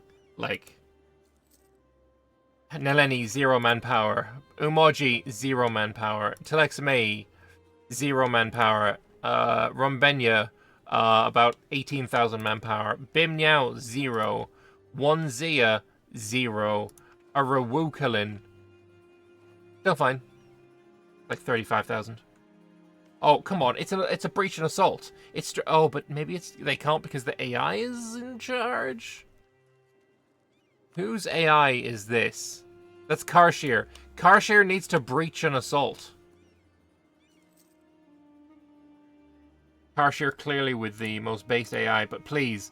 Karshir needs to basically, we hop on over to them, they need to go on here, click on this, set them to passive. Once they set them to... Oh, they have done. They've just set them passive, and yeah, they've done it. Literally, as I was describing it, they did that, and now they can assault the fort. Perfect. But, let's be honest, these guys need to spend some of this on some of this. And by some, I mean a lot. Oh, there's a 6 shock that exists! My guy, you are losing based on generals. Biladoon is right there. Carmel Samia is right there. Oh, there's so many. There's so many. Oh, please. Please. Please. Okay, wait. Is this... are we actually... There's the Jackadeek with one... Yes, definitely. The one shock was definitely the play. He's been deleted. Okay, what do we get? Biladoon. Hi, Nininator in chat. How you doing? I hope you're doing well. But let's see. Getting these mercenaries is good, right? They still have huge income, and I know, it sucks to lose your professionalism, but let's be fair, you have no professionalism. I don't know why you have no professionalism in 1520 when you have, you had no truces, so you had no wars to fight. For a while, at least. There should have been some amount of professionalism in there. Maybe there was professionalism and then all the mercs got hired at the start of the war. That might be a case. Professionalism, who needs that? Look, I love me some professionalism. Lambert turning into Matthew and Distellaviv looking at generals. Oh, fun fact, I hate that film. But yes, no, these guys needed to be fielded. Oh god, it's gonna take so long to hire. Honestly, it might have been better to hire him down here and then bloody transport him with your Giga Fleet. Anyway, let's go and have a look at Canorian War. Is it even over? I mean, it was over before it even started. But war, battle... Oh, hang on. There's a bit of a turnaround, potentially. 170 units out of 57. Okay, my guy. Okay, my guy. 16 income. 304 expenses. You can take up to 20 loans. You're going to be taking how many per month? How many loans per month are you going to get? Man's going to be bankrupt in 6 months. Tops. Unless he's getting fat funded from somewhere, and I don't think that's going to be the case. Yeah, he's going to get 2 loans per month because he's got more expenditure than his loan amount. But that's just funny. That's really funny. Also, what this army can do is just go and siege everything. There is no forts stopping you from lowering his loan amount. And after this war, of course, his expenditure will be even more. Because he has, reinforcements to do. Honestly, if you're going to be doing this, then you really take all of the loans at once. Because you're probably not getting back much of your land. Oh, the cut plays from Ice Scale. They're not going to reach the army, but they can definitely reach this sieging army. And retaking the capital is going to be huge as well. Then again, the war is not... The battle is not going in the direction that I thought it would. Oh, and the cut play didn't happen, but now the opposite is happening. Maybe Ice Scale needs to just get in the battle? Oh, maybe he's gonna retake the fort, actually. Nope, he's just gonna get in the battle. I feel like it doesn't matter. I feel like Arianon has actually turned it around. It's such a crazy thing. It's a wonder what 250 ducats a month does for a motherfucker, you know?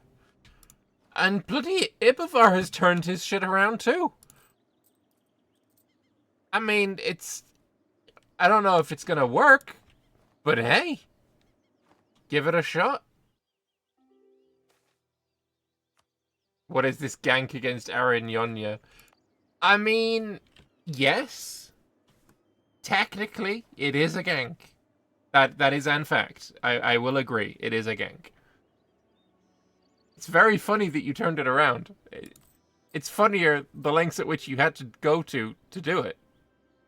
What were the kobolds waiting for with their 3-star general? Yeah, I feel like that 3-star might have been pretty helpful.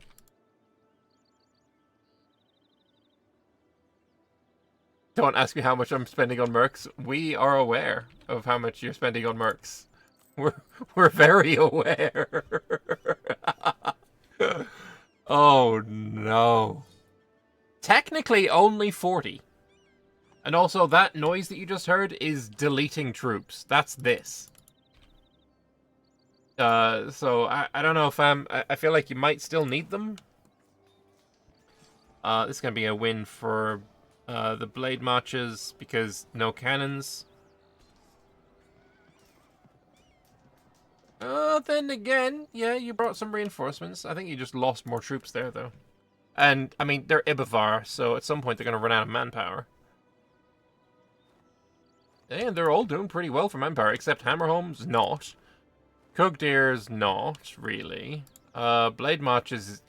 Wait, how is this turned around? What the fuck? Meyermall still looking good on manpower. Okay, that's like the only one, though. To be fair, we're devs, we don't know how to play the game. Look. Fair enough. I feel like there's definitely a case of I'm coming at this from a person who plays like several multiplayer campaigns a week. So I guess I do have a little bit more in the way of multiplayer experience versus somebody who just makes the game. As if just making the game is not impressive.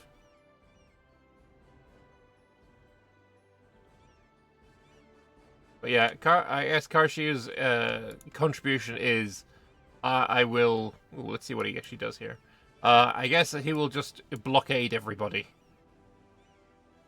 But he can't retake his homeland. What is the play here, then?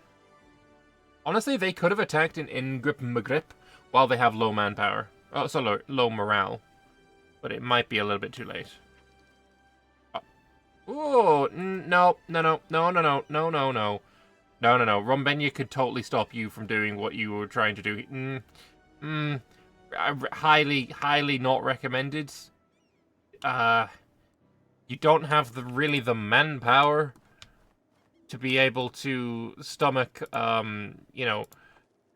negative dice roll battles, which is exactly what's going to happen here. Yeah. Don't like it. I don't like it. -1. Could be worse, I guess, but the cannon's coming in. Really, there's potential for a fat cut play here, but Why take a -1 when you've got the +1?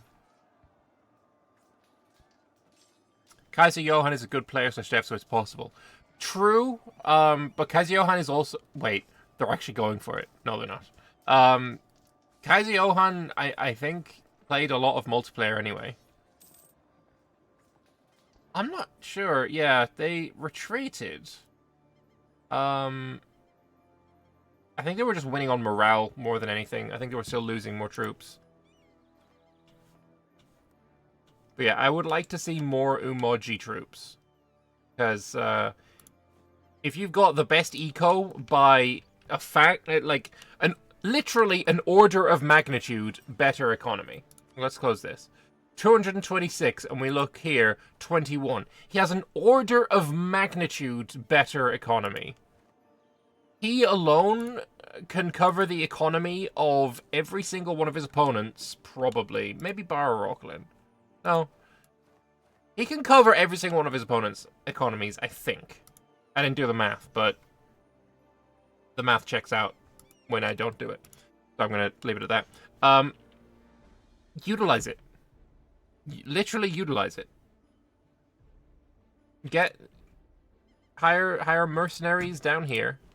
Because, like, if you build them here, 82 days.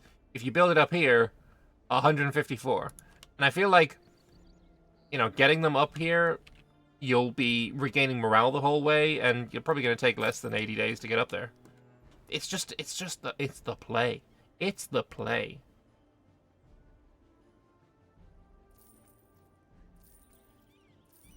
What is that noise that we're hearing? Paying off loans? That paying off loan noise? Insulted rival is running out. What else can Umoji do to get an extra 6 power projection? Also, what's Miltech? Miltech 10, you've taken it. Good. Tex May's on 10. We've got Neni still on 9.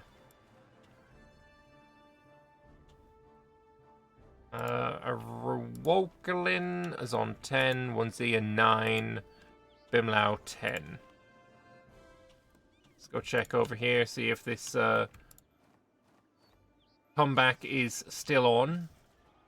Looks like they came in from the south this time. It's funny, the previous battle was, you know, north versus Arignona in the south, and now it's literally the opposite. A little bit of a cut play here from Ice Scale. What's the level of general here? A 4-2. They're letting a 4-5 go to waste doing cut plays while they've got a 4... Like, the best general should be in the main battle. Like, always. Because right now, I feel like you've lost both of these battles because of this. This general should have been in this battle. So, clearly, the only thing to say here is, the reason that the dwarves, the mountain folk, let's say, have lost this battle is simply an issue of skill. And Blade Match is once again just trying to go for Tien Mas.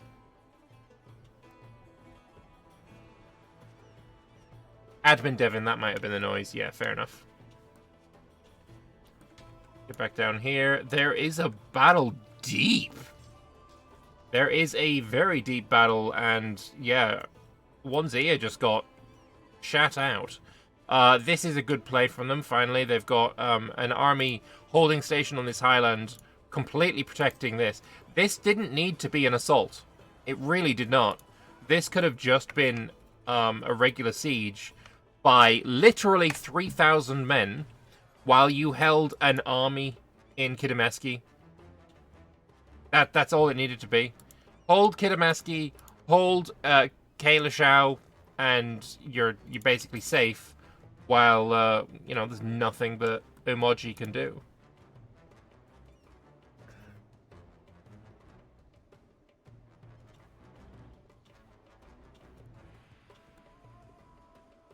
Still 25,000 left over in Orokalin. How many transports are there for Umoji? How many 40 transports.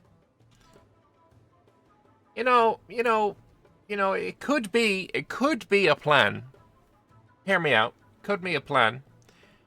The exile destroyers, you know, exile them, purchase them, pop them on boats, and invade Oroklin's homeland. It could be a plan. It would certainly distract them. Kind of distract you as well. I don't know if you want that, but it could be a play. At the moment, yes, you've got 25 war score from the war goal, but due to everything else, you're only winning by +6.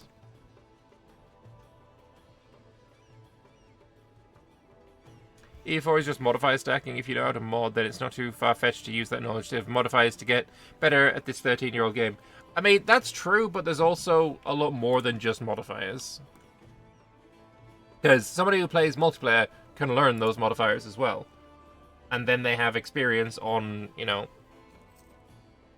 how to build a country, when to, you know, when to take tech, how to attack, the method of, you know, reinforcements, cutting reinforcements, and all of this. That's something you don't get from looking at modifiers.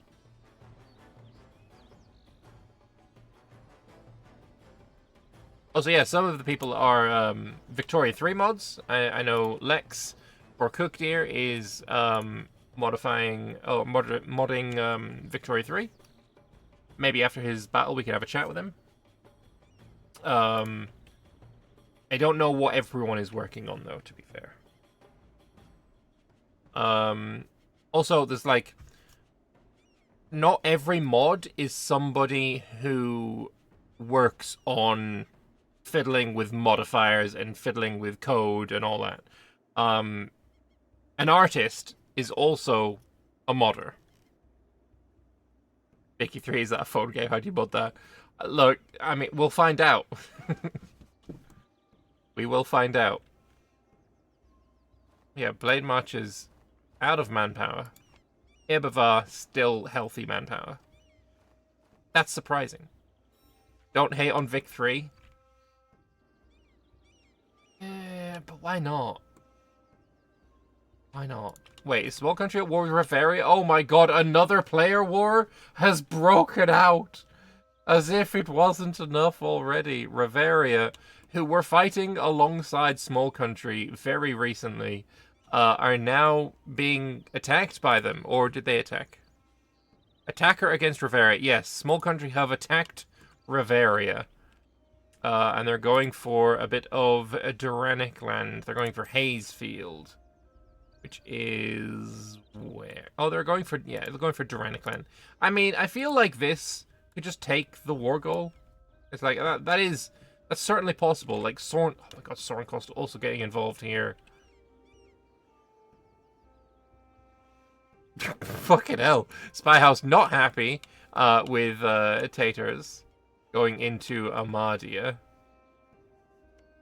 But, I mean, at the same time, get them fat trade cities going.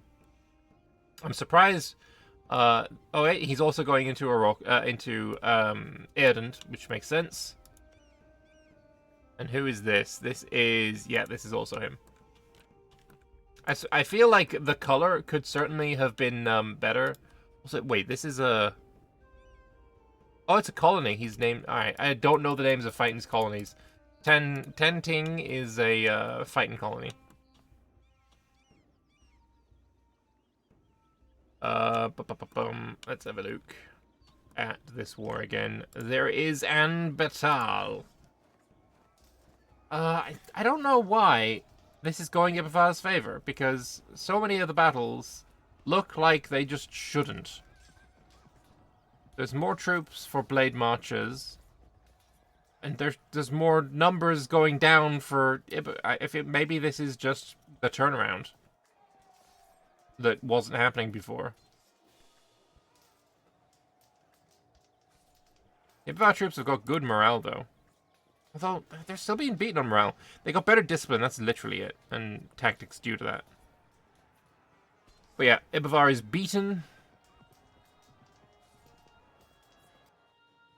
And now Tianmas can go back under siege once again.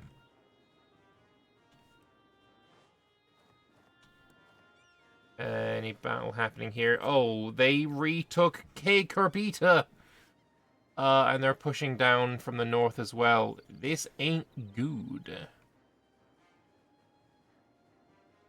Neni, obviously being the one who declared the war, literally, if this all gets sieged, the war is over. Right? Umoji will not be able to bring them back from the dead if they're at, you know, minus 100 war score. They're in a lot of danger, let's say. A lot of danger.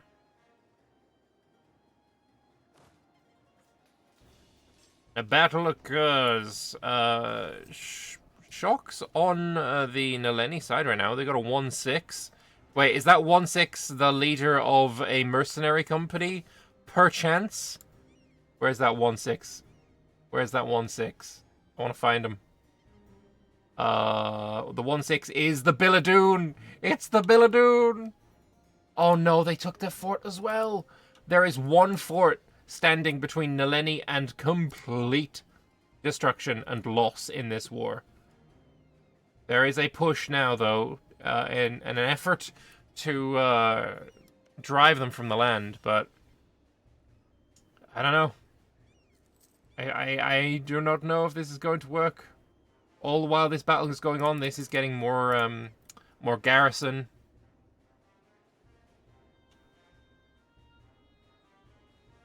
If they had the troops, it would be very funny if a force was dropped here in Ofiferi and they besiege the capital. That would be very funny and trap this army, and then you'd probably win the war. But yeah, Onesie is probably going to lose this battle. But they're taking an absolute toll. -2 for Umoji.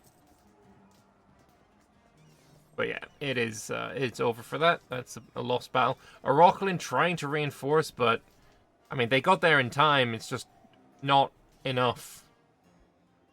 And a retreat is called. Now get on this fort before it gets too many more garrison.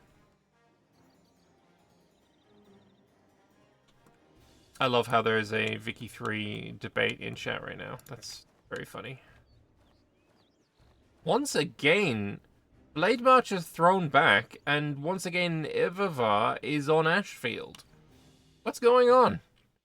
And the bloody Aranyonia has managed to push Hammerhome and push the dwarves back into dwarven territory. How close are you to bankruptcy, though? You can take 25 loans. You have taken only 8. Are you getting funded from somewhere?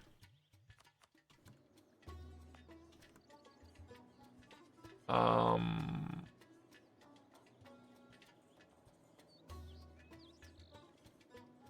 it's the other way around, really, isn't it? Though I want to look. Liberated Provinces Alliance. I don't see anything about gold. Ovdal Tungar, perhaps. Sent gift plus 12. Okay. And so if we tag on to Ovdal Tungar, economy, send gift, how much until we get plus 12? That's not that much, actually. Not that much money at all. I assume they've also... Aranyonia, come on. There's some free money right here. But, I don't know. Hammerhome? Horribly outnumbered. Horribly outnumbered. There's 140,000 troops. And once again, Blade Marches get thrown back? What is this? This war against evil is, maybe it's not a gank.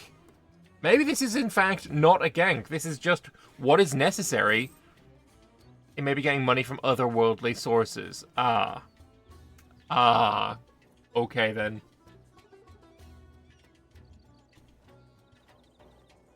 Oh, and Magargaba's joined in! Okay. Yes, this is not a gank. Unironically, this is not a gank anymore. This is just... Firstly, what is necessary to fight this? Plus, if you're getting money from... Oh, hang on. I think I know. I know how to check this. Where are we going? Here, Infernal Host. And then we check. Send gift plus 25. How much does it cost to get plus 25 here? At least 275, potentially way more. Okay. I mean, fine, I guess, but feels a little cheap. Feels a little hurtful for Hammerholm. Meanwhile, Magarkama is going to have a battle here with the kobolds. I feel like this is going to go badly for kobolds. I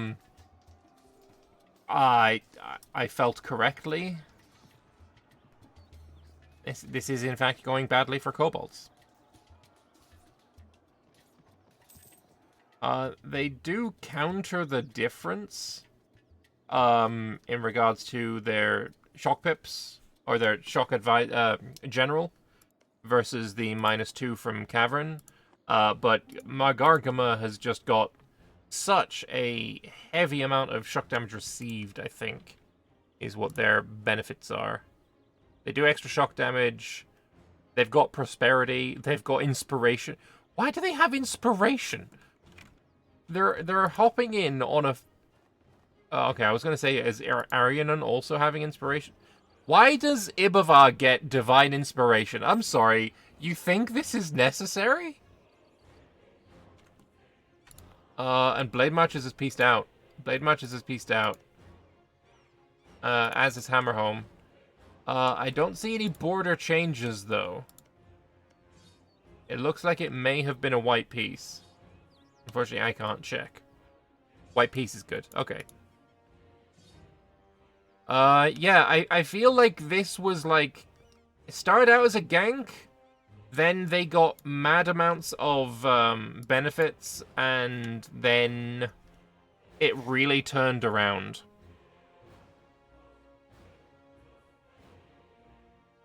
Yeah, I feel like RiverDoge definitely needs to have a bit more of a observer perspective before throwing out bonuses that really weren't necessary.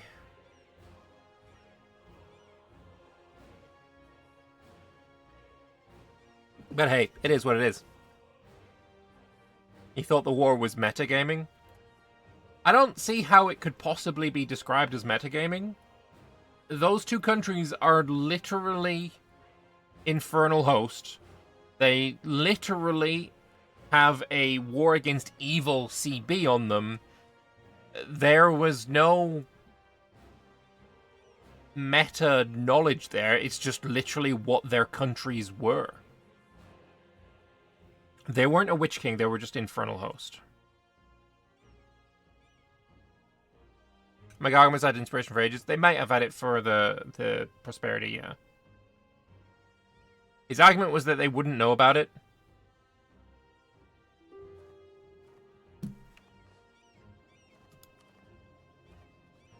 But they do.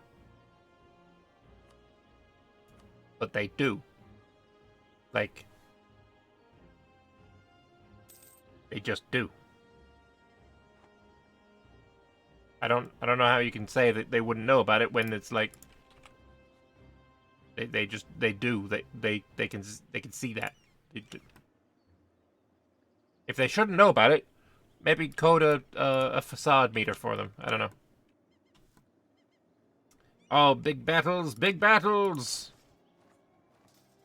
Another battle on Highlands, 4 fire advantage versus a 2 shock advantage.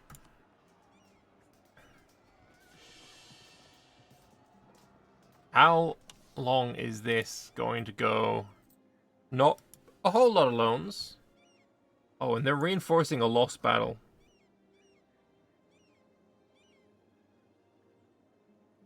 I suppose... Really, while everyone's down here...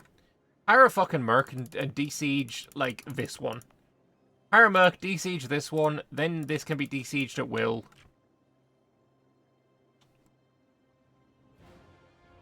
Yeah, I think Onzia knew better than to try and siege there. Shalazar is coming in. Wait, Shalazar's in the war now? No. Wait, they are! They are in the war, there's Condottieri. Perfect. Reinforcements. Bankruptcy is going to happen. Yeah, it is. I mean, they can only have 12 loans. Are they getting some subsidies? 20 ducats of subsidies. I mean, yeah, I don't know. I feel like that might be not good.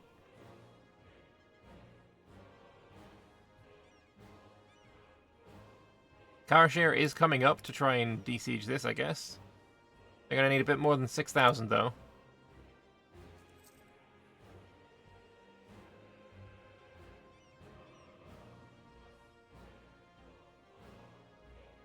Rebels de-sieging here is not a terrible thing either. Yeah, I feel like... Wait. Okay, Ryaz is not in the war. Okay, fair. Let's quickly go check on Small Country Riveria. Small Country has broken through Roivy Bob. It's quite exceptional levels of Jover. I do not see Riveria surviving too much longer. Especially as soon as Royden has fallen, which it's going to, because they literally can't get to it to de-siege it, then there's nothing left. Moor Bob is the final fort. Take that. It's Jover. Are they playing the new Halfling Mill? No, they're not. This Halfling Mill is still the original old one, so it's not terrible. It's... Well, they've got... This was saved it in. I still see Merc stuff in there. I thought that was removed. I thought the new... Unless there's a new one where changes were reverted. But I could have sworn the Halfling Mill got lost its Merc stuff. Maybe I'm wrong. It's weird that people in Hales are inting their nations for people in Sarhal. It's yes and no on that one. Oh, Magi has just said GG. Who's Magi playing again? Small Country. Oh, he won. And South Roy is on the map.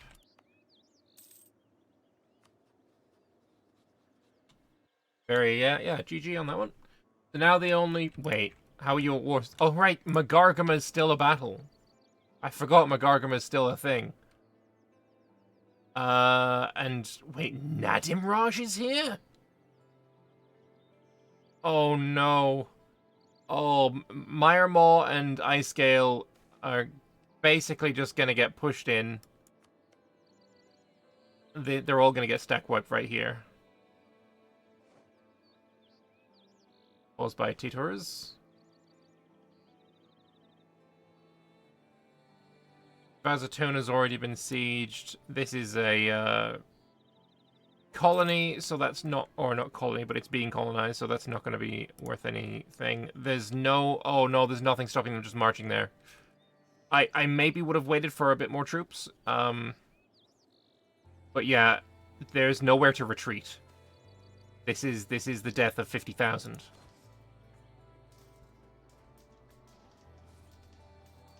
It's probably going to retreat. Just one tile and stack wipe. Oh, wait. No, where's he going? Oh, he's going to the Kogi Hole. But so is Hammerhome. The reinforcements. The re-fucking-forcements. If this had been sieged, then they might have been able to stack wipe 50k. The reinforcements are real. And also, it's 900 men. This should have been assaulted. It really should have been assaulted. Because now... It's fucking turned around, and this is the trapped army. If this army loses a battle, it's all fucking dead. Because they can't escape. Oh, they went from being in such a good position to being so dead. It went from it's so Jover to it's so back in the blink of an eye. Hammerhome after failing against a Witch King, is now taking punishment upon the army that supported said Witch King. And it is in fact going to need reinforcements, because holy hell, that Magargama army, kind of brutal? No, now it's dying. Now it's dying because it's Zabuta desk on the front lines instead of Magargama. As soon as the trolls run, yeah, no, they're only retreating like a tile. They're retreating right here. No. And oh no, they get another roll of the die. Nope, it's gone. Oh no, Magargama bros, 11,000 troops. So that war's over. Let's go check on how this is going. Oh look, this is also over. Umoji can get extra troops into this battle, but this is like, I feel like this one decides... Wait, no. Oh no. Umoji lost that battle.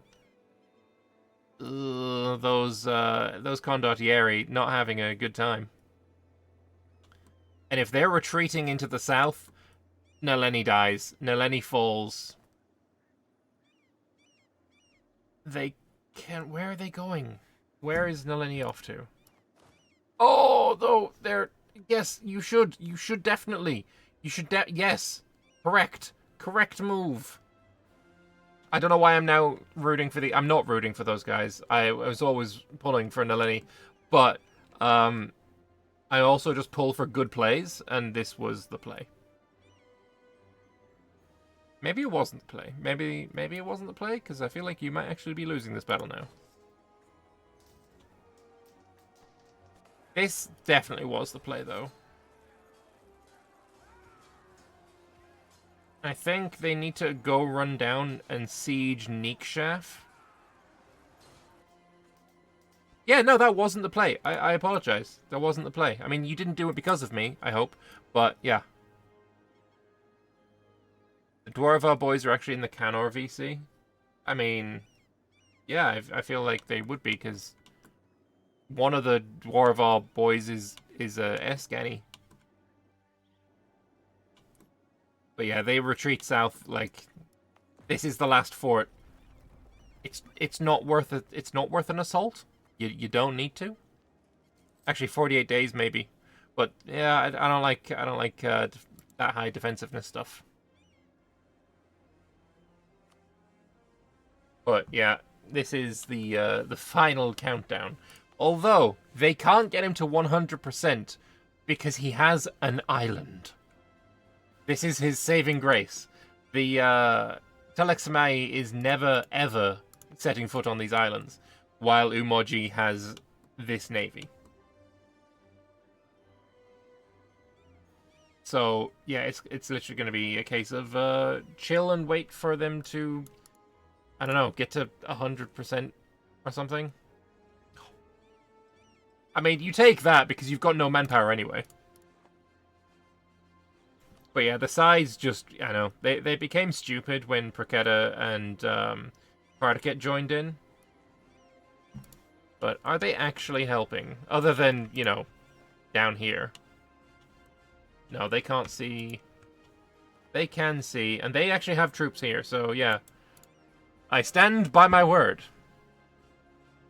Imagine not committing to your allies' death, or the Giga-rich nation not helping out his allies. Yeah, I mean...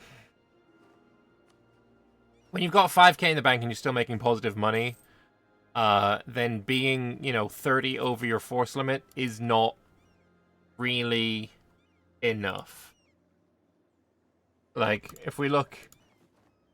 They're actually below their force limit. Wow, wasn't expecting that. They're above. Bimnya was fine. Rockland went over. And Wanzia went over. I feel like Wanzia committed really, really hard to this war. Let's have a look at participation scores. We have 71 from Umoji, 19 from Neni, but on this side, Wanzia committed. They committed hard. 41% 26, 13, 6 for Bimlau, 6 from Orokel, and Praketa are there on 4. Like, Praketa joining late and doing more than Bimlau, or not more, but doing close to as much as Bimlau and Orokelin is wild, actually. I feel maybe if the war was declared by Umoji and Shalazar was a member of said war, that may have gone better. They could have also called in Karshir Fanavosi.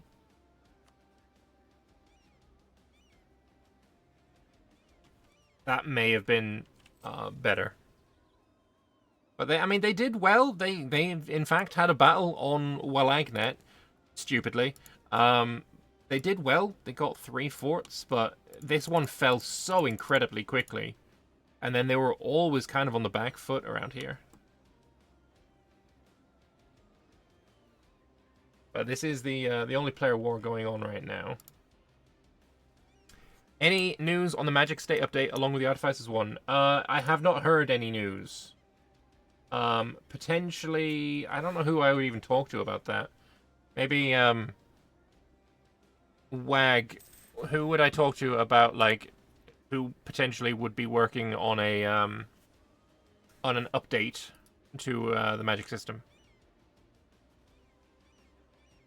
GP list, Umoji, Golden Dragons, Nanamush.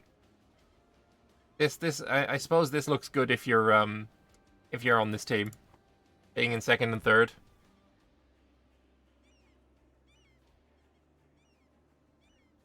Wait, Karshir owns this island? How long ago did they get that? 1509? I feel like that was sold pre-war purely so that... Yeah, I feel like that was... Wait, no, it was annexed in 03. Annexed by Umoji. Umoji sold it to them then. Hill battles. There's just so many troops now for the Telexmai side.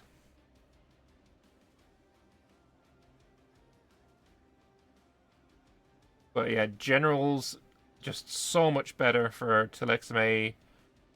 And now troop numbers.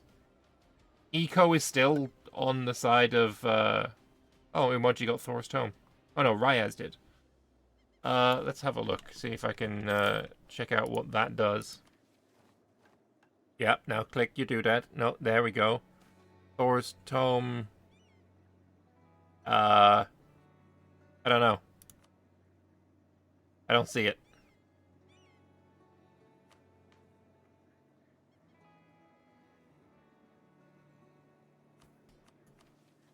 No idea.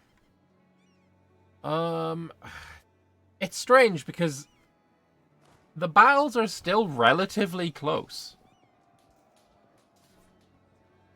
I thought the numbers were definitely on the side of Telexmai, but I don't know, maybe there's troops that aren't committed. Yeah, Orokelin's got more troops, 1Z's got more troops.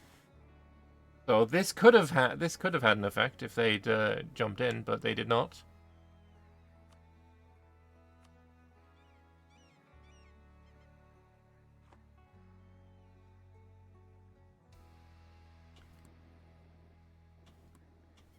But yeah, I don't know. It feels like there's been a lot of missed opportunities on both sides.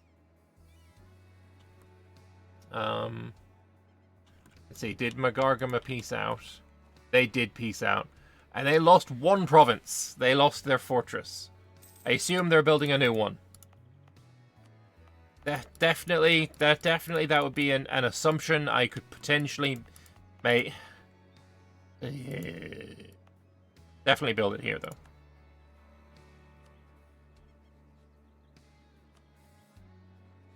Oh, excuse me. Oh, hot drone coming in for Cargwin.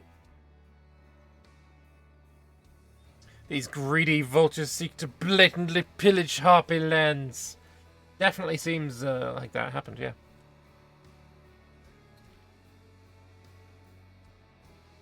Cupcakes are pain. Are you the Neni player by any chance?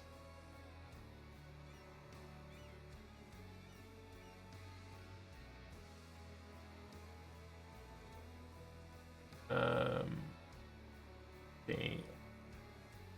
Are there any other wars going on?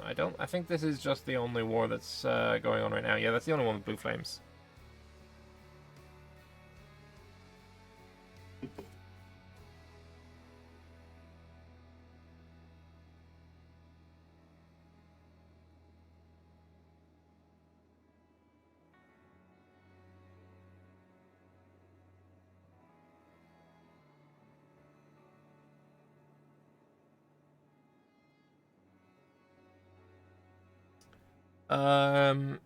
Thought Magic State was getting a rework along with the Artifacts one. Correct, but there are different developers. It wasn't planned together, really, just a coincidence that they both happen now, as well as the Adventure rework. The Magic one is still working on concepts. Okay.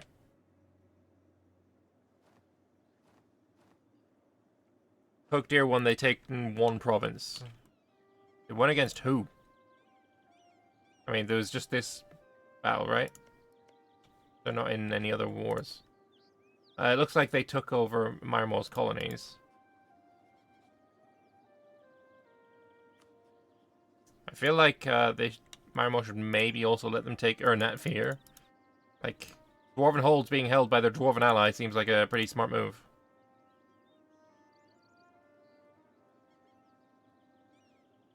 Ice Scale. Yeah, Ice Scale won one battle. One war. One province, I should say.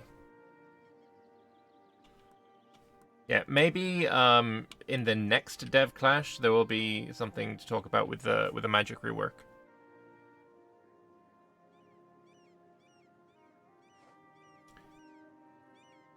You believe they've made a deal with Magargama to stop hostilities for later. That would be nice to see. Well, no, it wouldn't. I want to see more war. More balanced war would be nice. Let's have a look at Verkal Gulen. How's your eco? 113. 80 of that coming from gold. That definitely makes sense. Digging operations on your capital makes sense. Decent amount of spread there. Yeah, not bad. I mean, I'm not gonna point out some obvious mistakes if there are any, but I feel like that could definitely be a button that could be clicked. The potential for clicking this button is high. And I feel like it could be done multiple times, and it might in fact be a good idea to there.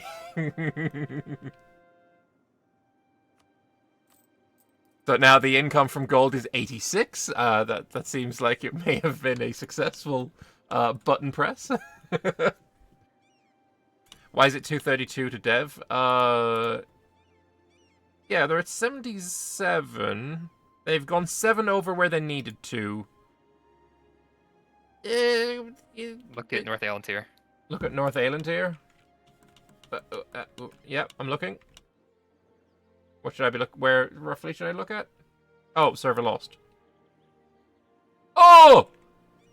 I see! I see North Aelantir is a thing that is happening. Okay. North Aelantir.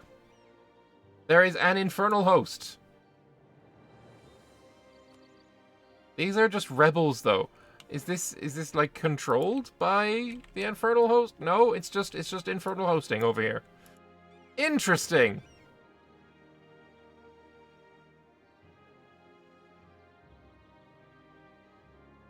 Snipe yeah, oh yeah, the devs are 100% stream sniping, but I don't care. It's fine. It's the Infernal Rehost, indeed. All right, we're gonna come back in a moment when the game has been rehosted. Yeah, this time maybe we can have a chat with a dev. That would be nice. I would like to get at least one interview done. Like I was told, hold off on the interview. We're about to have a huge player war. I didn't realize that player war was going to be lasting quite as long as it has. So apologies for that. Because we don't necessarily, technically, need to be in the game. Have a chat. Hello there, Lex. Firstly, how are you doing?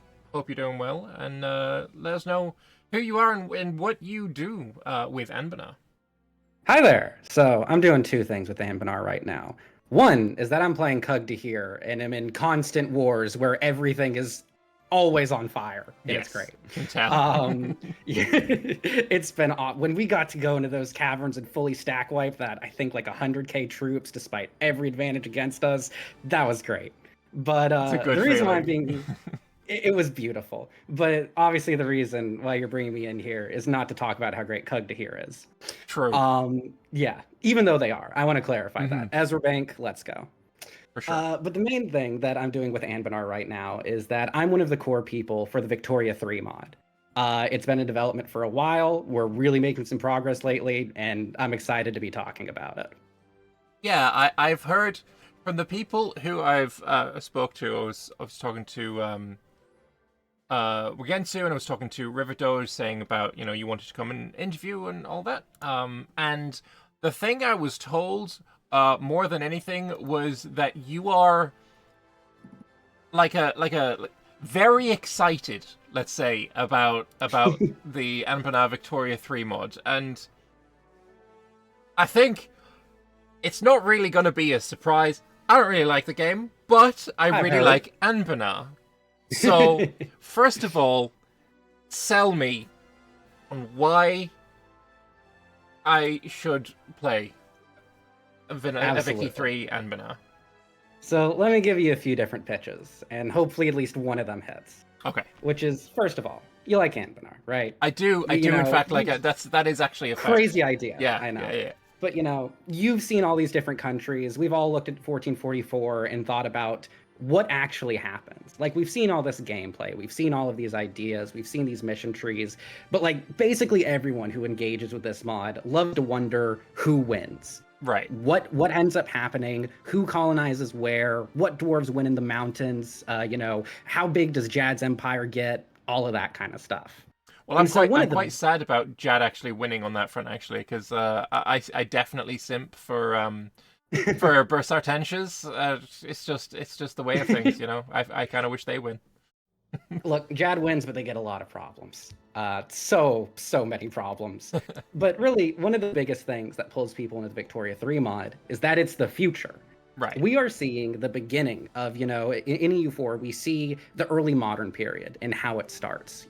Everything is set up for all of these nations to go through colonialism, imperialism, nationalism, to invent, modern finance and industry and artificery and all of these things. And by the Victoria 3 time, you're getting to see what actually happened.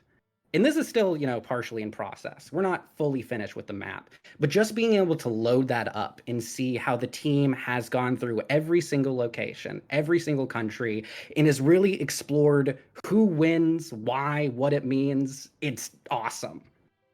Okay.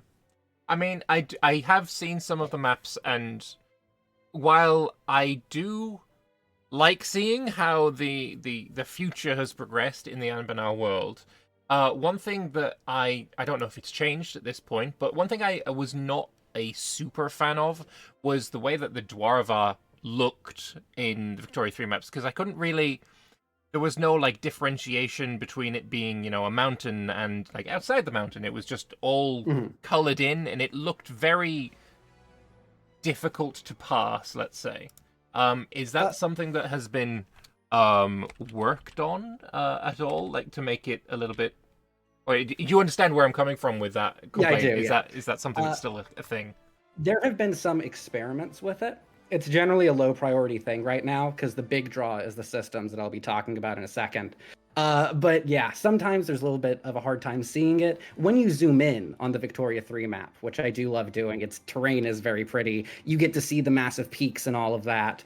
And there are ways, we think, to experiment with the paper map version of adding in some texture here and there and all of that. But that is all preliminary right now. Okay. I think it is possible, but it is not currently a focus. Okay. But so I've got the map open for me as well now. So what has happened? What is the Vivin Empire? I've heard of the Northern League, of course. Jadanzar, not gonna lie, I quite like that name. Good. And they got a second Jad too. There's a second Jad. Yeah, do you see the little guy to the east, the Nabana Jad? Whereabouts are we Oh, looking? here. I realized that I was paused on your screen. Go to Jad, go east a little. Oh, Nahanajad there, of course. Yeah. So Raj You know, loses. in the game, Nice. yes, absolutely. You know, in the game, how the Jad has that big disaster about how it gets cut into. They take so much land. There's two different rival Jad empires forming, and you have to go back and forth between them. Right. Yes. This happens. Okay. And it's a very cool little thing, from what I understand, and I'm no master on it. They end up independent for a long time, but as the rending happens, the East Jad, the Nahana Jad, ends up being so devastated by it that they have to rely on the West, and they enter into a personal union. This has ended up being, in my opinion, a really interesting dynamic that we're starting to explore, where Jadanzar, not actually sure how to say it, has less population, less everything than East Jad. It's more spread out. It's, wide and expansive and hard to control. Lots Meanwhile, of the East deserts. Jad, exactly. East Jad is supposed to be, this junior partner, but they've got more money and more people and more everything. Okay. And so there's going to be such a tension. We're also exploring, with Harpyland and Overclan, those might end up as tributaries or vassals of the Jad. We're going to figure out what's going on. But playing as the West Jad is going to be a lot of gameplay of, you are desperately trying to hold an empire together that in many ways you are not equipped to deal with. Okay. A bit like potentially Britain being a little bit, weak, low population versus their, East India Company, Raj holding, which is got a lot more people in it. Sort of similar to that, I guess. Sort of. So many of the advantages that Britain had. There is no grand industrialization in Jadanzar. There is no, birthplace of capitalism. In many ways, they're in a much worse position. But we're exploring how to make it balanced, how to make it still engaging to play. We don't want them to be doomed to fail, but we just, especially with the new DLC coming out, which is very focused on diplomacy and subjects and international commerce and investment, we're experimenting with a lot of ways to make this really dynamic. Okay. So, other things that I notice are gnomes stay winning. I do enjoy seeing the gnomes staying winning. They do stay winning. Big fan of that. I can tell you more Grombar about is them too, because they're huge. going to have so many problems. Oh, do tell me about the problems for gnomes. Actually, that seems pretty interesting. So, first of all, the gnomish hierarchy. They've got a lot of kobolds, right? Yeah, of course. Yeah. They're, constantly in this back and forth, and the exact lore is still being determined. We're trying to figure out this level of how much the kobolds are subjugated, basically. But we're trying to experiment with how the hierarchy manages to keep to the thought, because they're trying to be a technocratic regime. They're trying to say that they care about merit and science and ideas and rationalism, but they're having to balance this with their geopolitical interests of racist gnomes and internal oppression, and that they have to rely on this internal subjugation to really get anything done at all. They've sent so many kobolds out to the colonies. If you look there, they've done imperialism in Hellas. They are a low population, highly unstable, advanced regime that is always petering back and forth between failing. Right. And this isn't even to mention what's going on with them and the Mechanim, which I'm not even sure if I can get into publicly yet. So it's funny. I did do an interview. I think it was with Hoya, who maybe mentioned a bit more of the Mechanim than maybe he was potentially allowed to. But it was a very fun interview to listen to anyway. Apparently, this one is a very out of date map. The one that I'm looking at. Oh, is it? Yeah, I mean, I did just look in the I see. pinned comments. Maybe if you want to send me a Actually, new one, yes. if you have one. If you don't mind, if you go to the Anbennar server, we just had our first ever Victoria 3 teaser. And you could stream that if you want, but it has an updated map. Where can I find that? So this would be in the Victoria 3 server at the very top next to Anbennar EU4 teasers. Below Dev Diaries, below announcements. Ah, I see it. Okay, I'll pop this on screen then. So, okay, it is a much bigger map. Okay, so let's see. What has changed between this one and the one that I was using? So I'll be honest, I'm not entirely sure. I believe there's been a lot of just fixing up states here and there, a little changes in Hales, I believe. There's a little more in Sarhal, though it's very placeholder. Okay. I noticed as well that it seems to some lore changed with the gnomes because the Dragon Hills kind of became a little bit more filled in and less of a wasteland. That's Oh yeah, that nice. wasn't even a lore change. It was just we hadn't created the terrain or population for Kobold Zan yet. Gotcha. Oh, and that's another really interesting thing about the gnomes, which is that they don't take everything. The kobolds are able to basically go into the caverns and, trap it up, keep defensively there.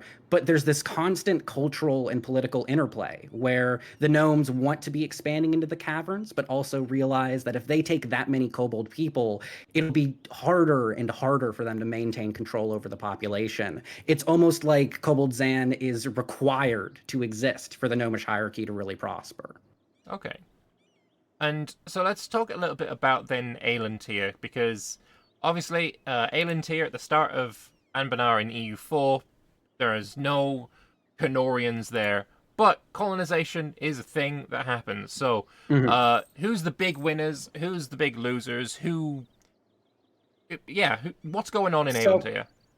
Here's a real hot take that I have, is that one of the most interesting things about Anbennar is that the quote unquote, Europeans, the Canorians, are so much less successful than they are in real life.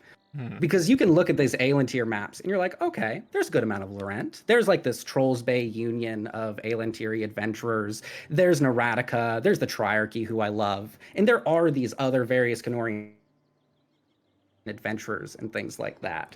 One moment, I'm dealing with rebels. But when you scroll around and you see all of this, you see Ruinborn really just prospering. You see that, in Jordan, there is gnomish imperialism there, and the gnomes have done terrifyingly well. But you also see that these Ruinborn states are still there. In the Kionai, they have almost fully unified. In Haraf, there are still so many independent Ruinborn states. In the Taichend, there's a ton of them, and there's almost no Canorians that have managed to get through. Okay. And Yeah, what this really Chaos means... still owning their entire island is surprising to me because that seems like a prime bit of colonization land anytime I'm playing a colonizer. Absolutely. But the problem that the Canorians have is that this is a world with far less technological inequality, I guess I would say. Okay. The Ruinborn have strong states, both societally and technologically. The Canorians are going to be on the cutting edge of artificery, which I'm going to get into soon, and I am so excited about. But the Canorians, especially because they're less of naval powers, they're not as geopolitically advantaged as a lot of the in real life Europeans were, they're not able to just fully control the world. There is no world police. There is not going to be a Great Britain in Victoria 3 that every time you do a diplomatic play is always going to be stopping you. There is no country that is strong enough to do that, and that is what I'm excited for. That this world, that this mod is going to be as diplomatically dynamic as the EU4 mod is. Okay. Yeah, that is something about Victoria games 2 and 3, I guess, that was quite a bit different from EU4. There is the global hegemon that is really so far above everyone else in quite a lot of ways. But if that's not existing, I suppose that is a certainly a different take on the period. So it is. Go ahead. No, go for it. If you've got something to say, feel free. With Laurent, they're the closest thing to the British hegemon, but the funny thing about them is that they are still very backwards. Laurent has been able to have a sort of East India Company equivalent in that they've taken a lot of Rahen, which is much like India, but they've done it almost purely due to the bad luck of their enemies, if I'm being honest. And I'm getting a little into personal opinion here, but the Laurent's companies and Rahen were only able to be established because of the rending. When the rending happened, Everything went wrong. Some Canorians, you see a little bit of Gnomish hierarchy, a little bit of triarchy, a little bit of Laurent, all being able to take these little pieces, but all of them are unstable. The rending is over now. Rehen and Hless generally have been able to stabilize, and that's going to cause so many problems. Laurent doesn't have some grand colonial empire. There is, it has no real United States of America equivalent or 13 colonies, I guess. Its Canada equivalent is very small. It doesn't control vast swaths of almost anywhere besides maybe North Atlantier. Every single place, in addition to this, like territorial non-integrity, their laws are pretty backwards. They're sort of like if the French Revolution never happened. Obviously, the French Revolution equivalent is an Anbennar with the Black Powder Rebellion, which we're slowly developing alongside Jay. But the big colonial power is suffering under themselves. They're much closer to Spain in the early 1800s than like British Empire. Okay. So, you mentioned there the Black Powder Rebellion, for people who don't know, because clearly I know all about it. But explain what the Black Powder Rebellion is, and yeah, I know if it's still in development, but what are the basic concepts and such that we're dealing with right now? The Black Powder Rebellion, excuse me, is how this entire setting got started. And it's what really draws me to it. And actually, this is the perfect segue into what I want to talk about next, which is that basically in Anbennar, and especially in Canor, in the years since the EU4 time period, mages have only been able to ensconce themselves even further into power. They've become the aristocrats, the nobles, the everything else. Server lost. That's not good. But I'll continue. The mages have been able to consolidate power, to take control, and it makes so much sense that they were able to do this. Because in the real world, we had these noble aristocrats centralizing and taking power when they couldn't throw a fireball. But when you have all these armies going about that are able to conquer and take control of these lands, of course the mages are going to end up with aristocrats so often. And so they dominate Canor and so many other places, and especially the Empire of Anbennar.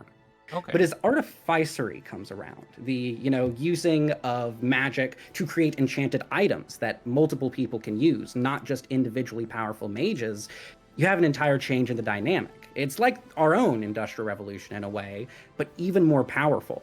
Because this is not just the fact of okay, sometimes people have steam power now. Sometimes people are able to get rich without magic. It's like, no, we can change the entire world and put those tools that can do it into anyone's hands. The Black Powder Rebellion. Oh, sorry. Basically, and that's the question.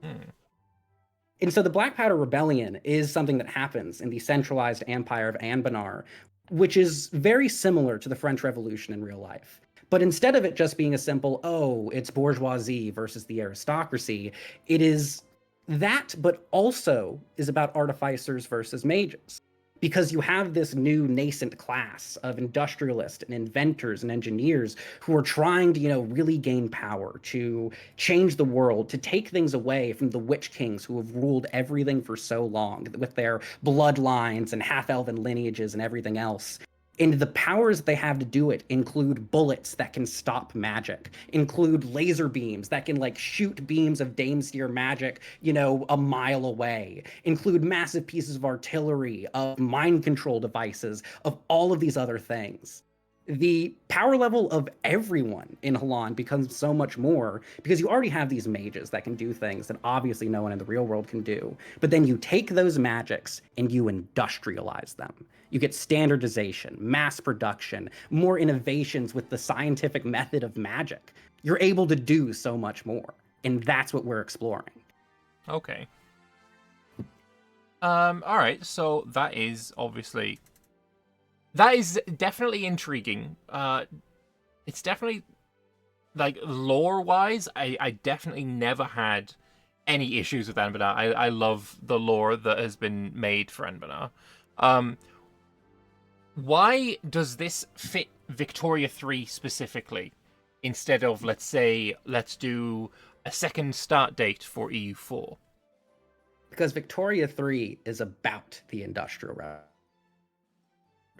1836 to 1936 is the era in which everything changes, right? You go from a world of basically peasants and aristocrats into bourgeoisie and proletariat. You go from, no one's really able to produce more food than they can eat into mass agriculture and mass industrialization. You have global trade like never before. You have industrialization like never before. And all of that is simulated within the game. That's the entire point, right? Where you have, the material conditions of the world based on what jobs people have and what things they do and make and eat and everything else. And that informs your politics, the makeup of your country, and the entirety of the gameplay.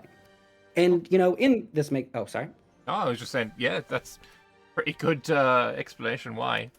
Yeah, and the reason why is basically, if you're exploring that industrial revolution, but it also has magic, imagine how much that changes things. Because again, we already have, in the real life industrial revolution, everything from, the things people eat to the way they live to the way they think. We have communism, socialism, liberalism, republics, democracies. We have, nation states and we start having, the Soviet Union and insane revolutions like no one's ever seen. But imagine those revolutionaries when they have the power of magic on their side, standardized industrial magic. With what we're doing with the artificery system, which is just baked into the production methods of the game, along with, what we're trying to do with traditional magic, Adventurers Wanted, all these other systems, we're trying to show how the Industrial Revolution goes even harder, basically. With the dual revolutions of industry and magic, with Damesteer and oil and coal and everything else, we get to explore what it looks like when you have magic in the Industrial Revolution. Like, what things would actually help the production process? Would it be useful to have enchantments in this particular way? What could they do? And also, what consequences that has for society? Okay, so explain then how Artificery has changed from, say, late game EU4 with obviously the new Artificer system that I love, but obviously that wouldn't really translate well into Victoria 3 as, it's different systems entirely. So how does Artificery, being such a huge part of the Victoria 3 mod, how does that take effect? So in the Victoria 3 era, Artificery is just part of the economy, right? This is part of the age where everything's standardized and everything changes. So the way that we've brought it in is that Artificery is just part of your production methods. There's ways to enchant things where, here, let me bring up some examples. For example, when you're in the late game, and you've gotten a lot of spirit energy and artificery gadgets and things like that, instead of just deforesting logging camps and things like that, you can start using the magic inherent in these goods to regrow old growth forests. When you are doing textile mills and you're trying to create clothing and all of this kind of stuff, you can code transmutation magic into the fabric itself, where it'll increase your production. It'll do it all for you. We're creating things where, you have self-cleaning porcelain, where fabrication spells create tools. We have mithril that is used to make supports in exoskeletons. That's just part of these production methods.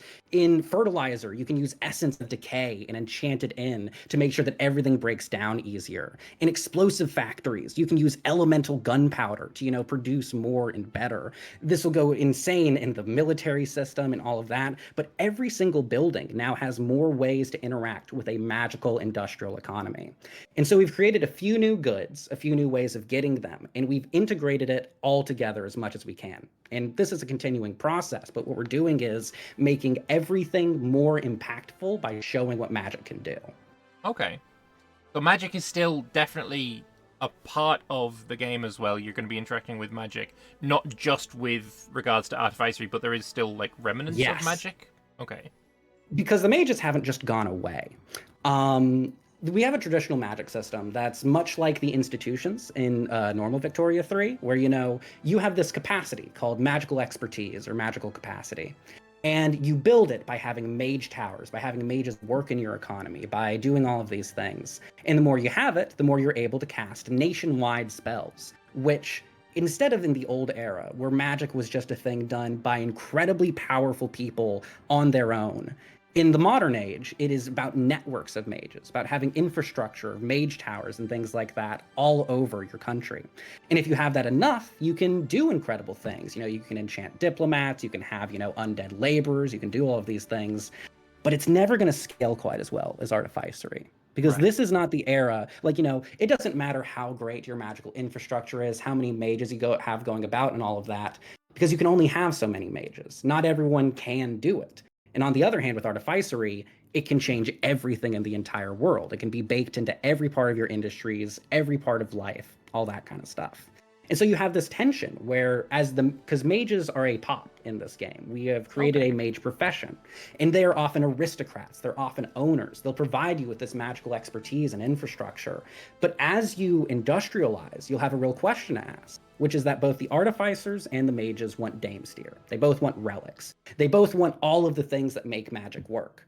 Right. And if you're controlled by mages, if you're a really big aristocrat nation or something like that, they're going to want to dominate all of it. If you want to keep up your spells and all of that, especially because it'll be harder as you get more and more population, everything will become more expensive.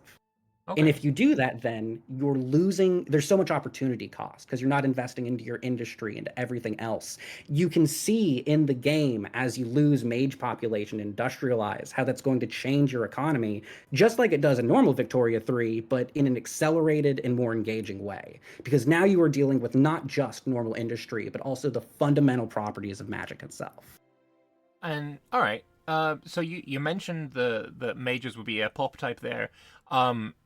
I was under the impression, maybe falsely, that the population system would be used maybe as a way to describe different races within Anbennar.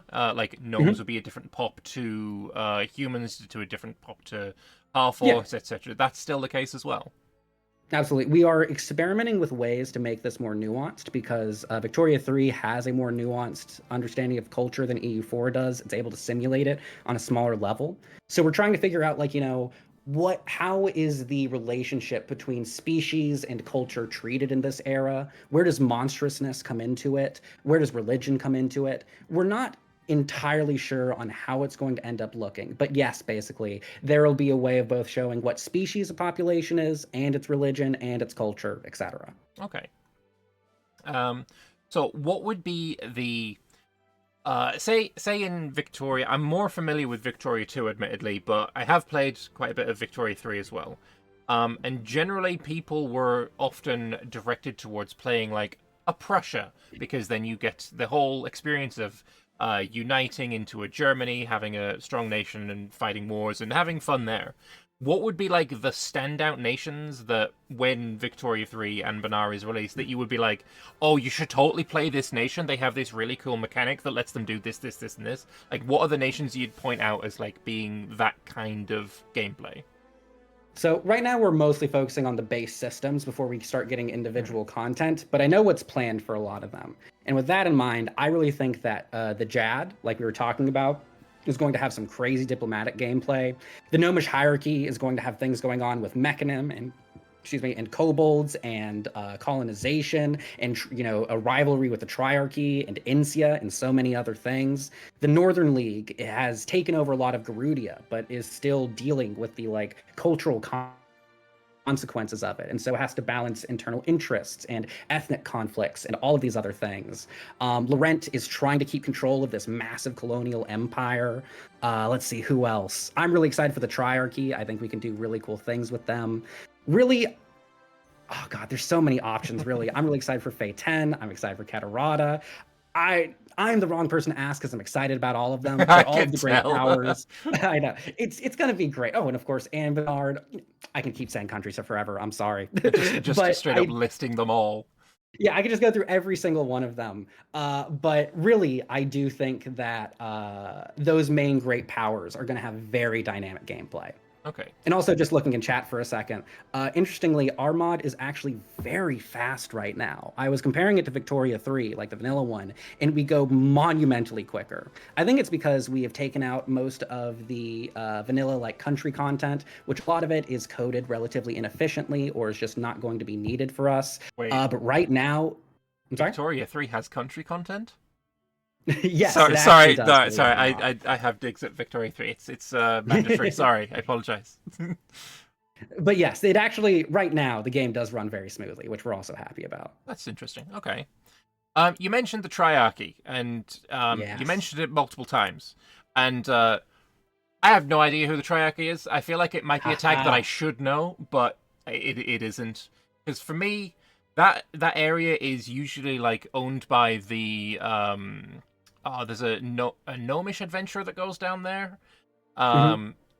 And they're generally the ones, if I don't interfere, they're the ones who win. So who are the Triarchy? What's their deal? The Triarchy is one of my favorite nations in the entire game, in EU4 and Victoria 3. They don't have a mission tree yet in EU4, though God, do I hope I get to work on it eventually. But basically, you've seen those gnomes go down there. Have you also seen the goblins and the kobolds go down there? Yeah, but they die often. Yes, So but I the mean, thing is, these three artificer cities that all settle for ah, off, they come from different situations. One of them in canon is, like escaping the hierarchy and trying to fight against its centralizing policies. The hierarchy tries to, take control over all of artificery. right. The kobolds are, escaping both the hierarchy and the kobolds who are still alive. They're caught between two worlds where, they're embracing the thought and artificery, which means the old kobolds are rejecting them, but also they're kobolds, so the hierarchy is rejecting them. The goblins come from the Reach up near Gawed, where they have been, expelled out of the Serpent Spine, expelled out of Ascan. They are migrants trying to make a world of their own, and they also end up embracing artificery and going to the New World. In these cities, we're figuring out the exact lore about how they work together and how they don't, but they eventually confederate together into this triarchy. It is a co-equal partnership with a very special role for the Gomo. Because do you know much about the Gomo? Yes, I very much enjoy that system in EU4. It's always exciting Yes. when I realize that I'm in control of one of their cities and I can get this Exactly. awesome event chain. I love the event chains for it. But the fun thing about it is that Gomo port, one of the three adventurers that forms a triarchy, is the Gomo. Okay. Which means that if you're going to be playing the Triarchy, our ideas for the content for it is that you'll also be playing the Gomo. The Gomo becomes a partner within this country, so you're going to be able to, if we get it right, manage the artificery of the entire world in a way. Oh, that is pretty cool. All of those different branches, all of those different things, as the world starts gaining artificery, you're always there, influencing them, changing things and all of that. And all of this is preliminary right now. This is mostly lore more than anything else. But to have this co-equal partnership of kobolds and gnomes and goblins who are all working in their different forms of artificery, who have these conflicts but come together, and are also at the head of this like international organization that is like changing the entire world, both in good ways and bad. The Gomo is partially responsible for the rending in LS, but they're also responsible for like mass adoption of artificery throughout the world. They've got so much going on, and it's all centered on this tiny little country in a land tier that has so much potential. So it seems like you're using the Victoria 3 systems and then really filling in the gaping holes that Victoria 3 has in regards to like the lack of content with content that I really like with Anbennar. Like that seems In a way. I hate that you're making me want to reinstall Victoria 3. I hate Let me that up you're you making on me it. want to reinstall it. That's Let me make it better. Okay, with the Triarchy specifically, because we're talking about them. Now, I'm about to tell you something that we're not actually officially developing, but it's my personal plans for it. You know how the new Victoria 3 DLC is coming out soon? yes. And it's all about, foreign investment and all that kind of stuff. We don't know how moddable it's going to be yet, but if you can make it so that countries can invest in other ones without needing to have control over their economy, blah, blah, blah. If the Triarchy could control little pieces of artificery all throughout the world, if you could use the Victoria 3 mechanics in a way that the EU4 never could, because you can simulate each little building, each little piece of ownership, who owns what, you could have wealth and artificery from all over the world go into the Triarchy. That would be pretty cool. That would It yeah. would. Yeah. Okay. All right. I We've see where also you're got- going with this. Yeah, okay. Yeah. We've also got oh, sorry. No, feel free. With the Victoria 3 Adventurers Wanted system. I believe you're talking to RiverDoge about the EU4 new Adventurer system the other day, right? Yeah, we were. We've got our own plans for it, and part of these are already implemented. Where all throughout the world, these random buildings can spawn that are Adventurers Wanted, right? But Okay. instead of it just being like, oh, we have a little province modifier, they all are buildings. They have different chances for spawning and all of that. What that means is you can simulate adventurers as people. And Okay. this gives so many fun things we can do. Because adventurers are a problem, right? They're necessary, but they're a problem. All throughout the world, for all of Halan's history, there have been, evil liches, extraplanar breaches, all of the things that we love in fantasy. And nation states can't always handle these problems. So you have to hire these guys that are basically murder hobos. They become incredibly powerful. They become, crazy high-level mages and fighters and paladins and all of this. And once the threat ends, I mean, if you ever played a D&D game, you know that adventurers go crazy when it's the late game. They go do a coup on the government. They go, cause problems elsewhere. They're complete buckets of chaos. You'll kill a god here and there as well, why not? Exactly. And our goal is basically to simulate this. Because this is an era where, adventurers, you can have them in their buildings and all of that. And as time goes on, your military technology advances. So they go from being like, oh, we're traditional parties, into okay, we're using some modern firepower. We're using small arms and ammunition and things like that. Once you get into late game, these are private BlackRock style armies. They're using modern technology, radios, crazy artificery and all of that. And they are a horrifying force to deal with because you need them. There are all of these threats going on and the adventurers have to be the ones to deal with it. Because the adventurers are great at looting, they're great at destroying all of these things, but as you get these powerful ways of dealing with these threats, you also grow your power as a state. And eventually, what we want to be able to happen is that you can nationalize the adventurers and send the army in instead. Okay. Yeah, that it would be pretty dangerous if you're sending level 20 wizards and such at your enemies. I can see that happening. Exactly. Because you nationalize them, you send in the army to deal with these threats. The army, they make the buildings less profitable, but they clear quicker because we have a little progress bar on all of them. But also, more importantly, this changes what populations are employed. Because when the threats spawn, the adventurers get rich off of them. But then when they complete the quest, these adventurers, rich and powerful and politically engaged, are all unemployed. And they're ready to be radicals. So you have this incentive over the game to disempower the adventurers, to keep them weak, to keep it so that you don't need them, to try to bring in the army instead. And you have this societal back and forth. We also want it so that, the adventurers can entrench themselves into your government. Maybe there will be a law or something like it where you can't nationalize them, or where, they're pushing back against you, or interest groups in certain countries may be made up of adventurers at the top of the chain. Because we've seen in Anbennar how some nations were founded by adventurers, how they have done so many things. And so you get this cool back and forth of what are the consequences of adventurers on the world, and how do modern nation states deal with that? Okay. Eventually, there's a couple of more things I could go into. I'd love to talk about the production methods, because we have crazy things if you have a dungeon or something, it's not simply about, okay, we have these adventurers doing crazy things. It's also okay, we're simulating everything in Victoria 3. Who are the adventurers buying their guns from? Who's feeding them? Who's doing all of that? So we have this civilian infrastructure production method group that's shopkeep suppliers and dungeon department stores, where by the end of the game, there's entire economies being set up near the dungeons, selling luxury clothes and groceries and keeping your adventurers healthy. At the same time, you're using mining explosives to break into the dens of liches and things like that. You're bringing in heavy artillery to deal with extraplanar attacks. You are using the police of your country, which is then gated by what police laws you have, to investigate hidden cults of eldritch monsters or hag dens or thieves guilds. You have all of these fun little interactions with the Victoria 3 mechanics and how it works and the production method groups and all of that. What it all ends up meaning at the end is that as the spawn rates for the adventurer buildings start going down, as you have intense and incredible technology that can clear these buildings quicker, as you start nationalizing them and taking away adventurer pops, what this ends up meaning is that this is the age where adventuring dies. That's sad.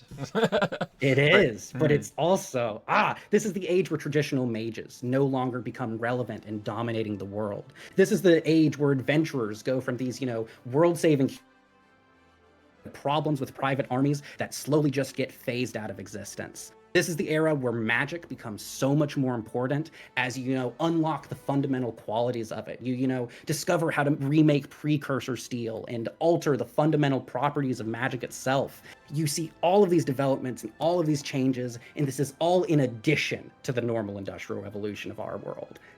And that's why I love it. I can definitely see why. Like, there's all of that does sound like very obviously flavorful and all things that I would love to interact with. And look, if you can get it so that I enjoy playing Victoria 3, like I will give it a shot for sure. But it's like I've got Father Loris in chat saying all of it sounds really nice, but then interacting with it within the framework of something that is less than enjoyable for us. If you can patch over the bits that we dislike, then that is exciting for me as well.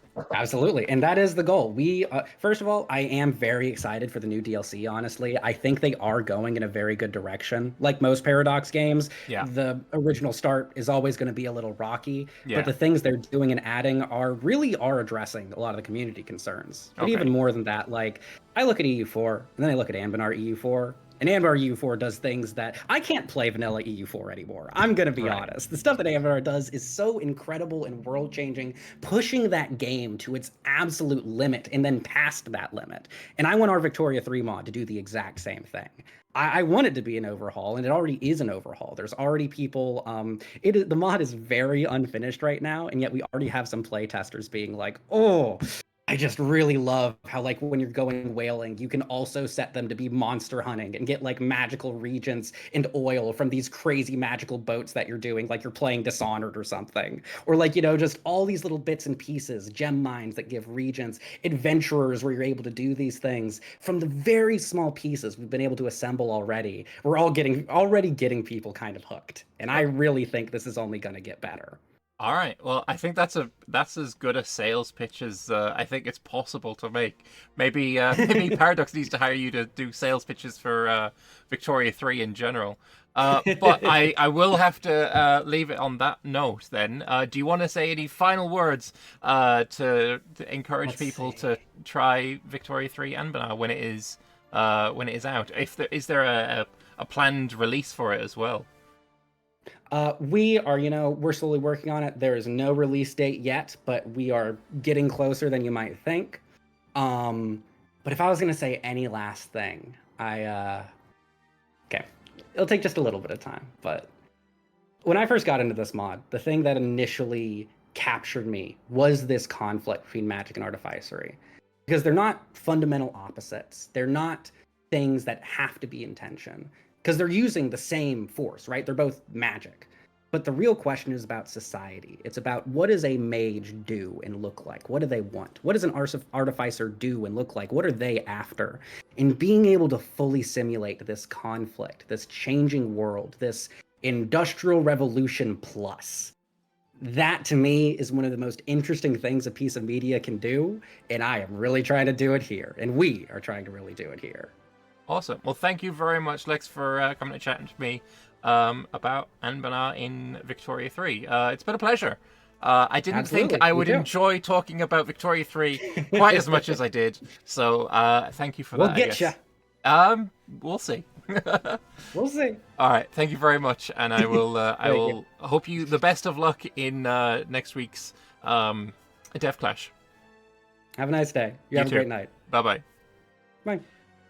All right, that was Lex talking about Victoria 3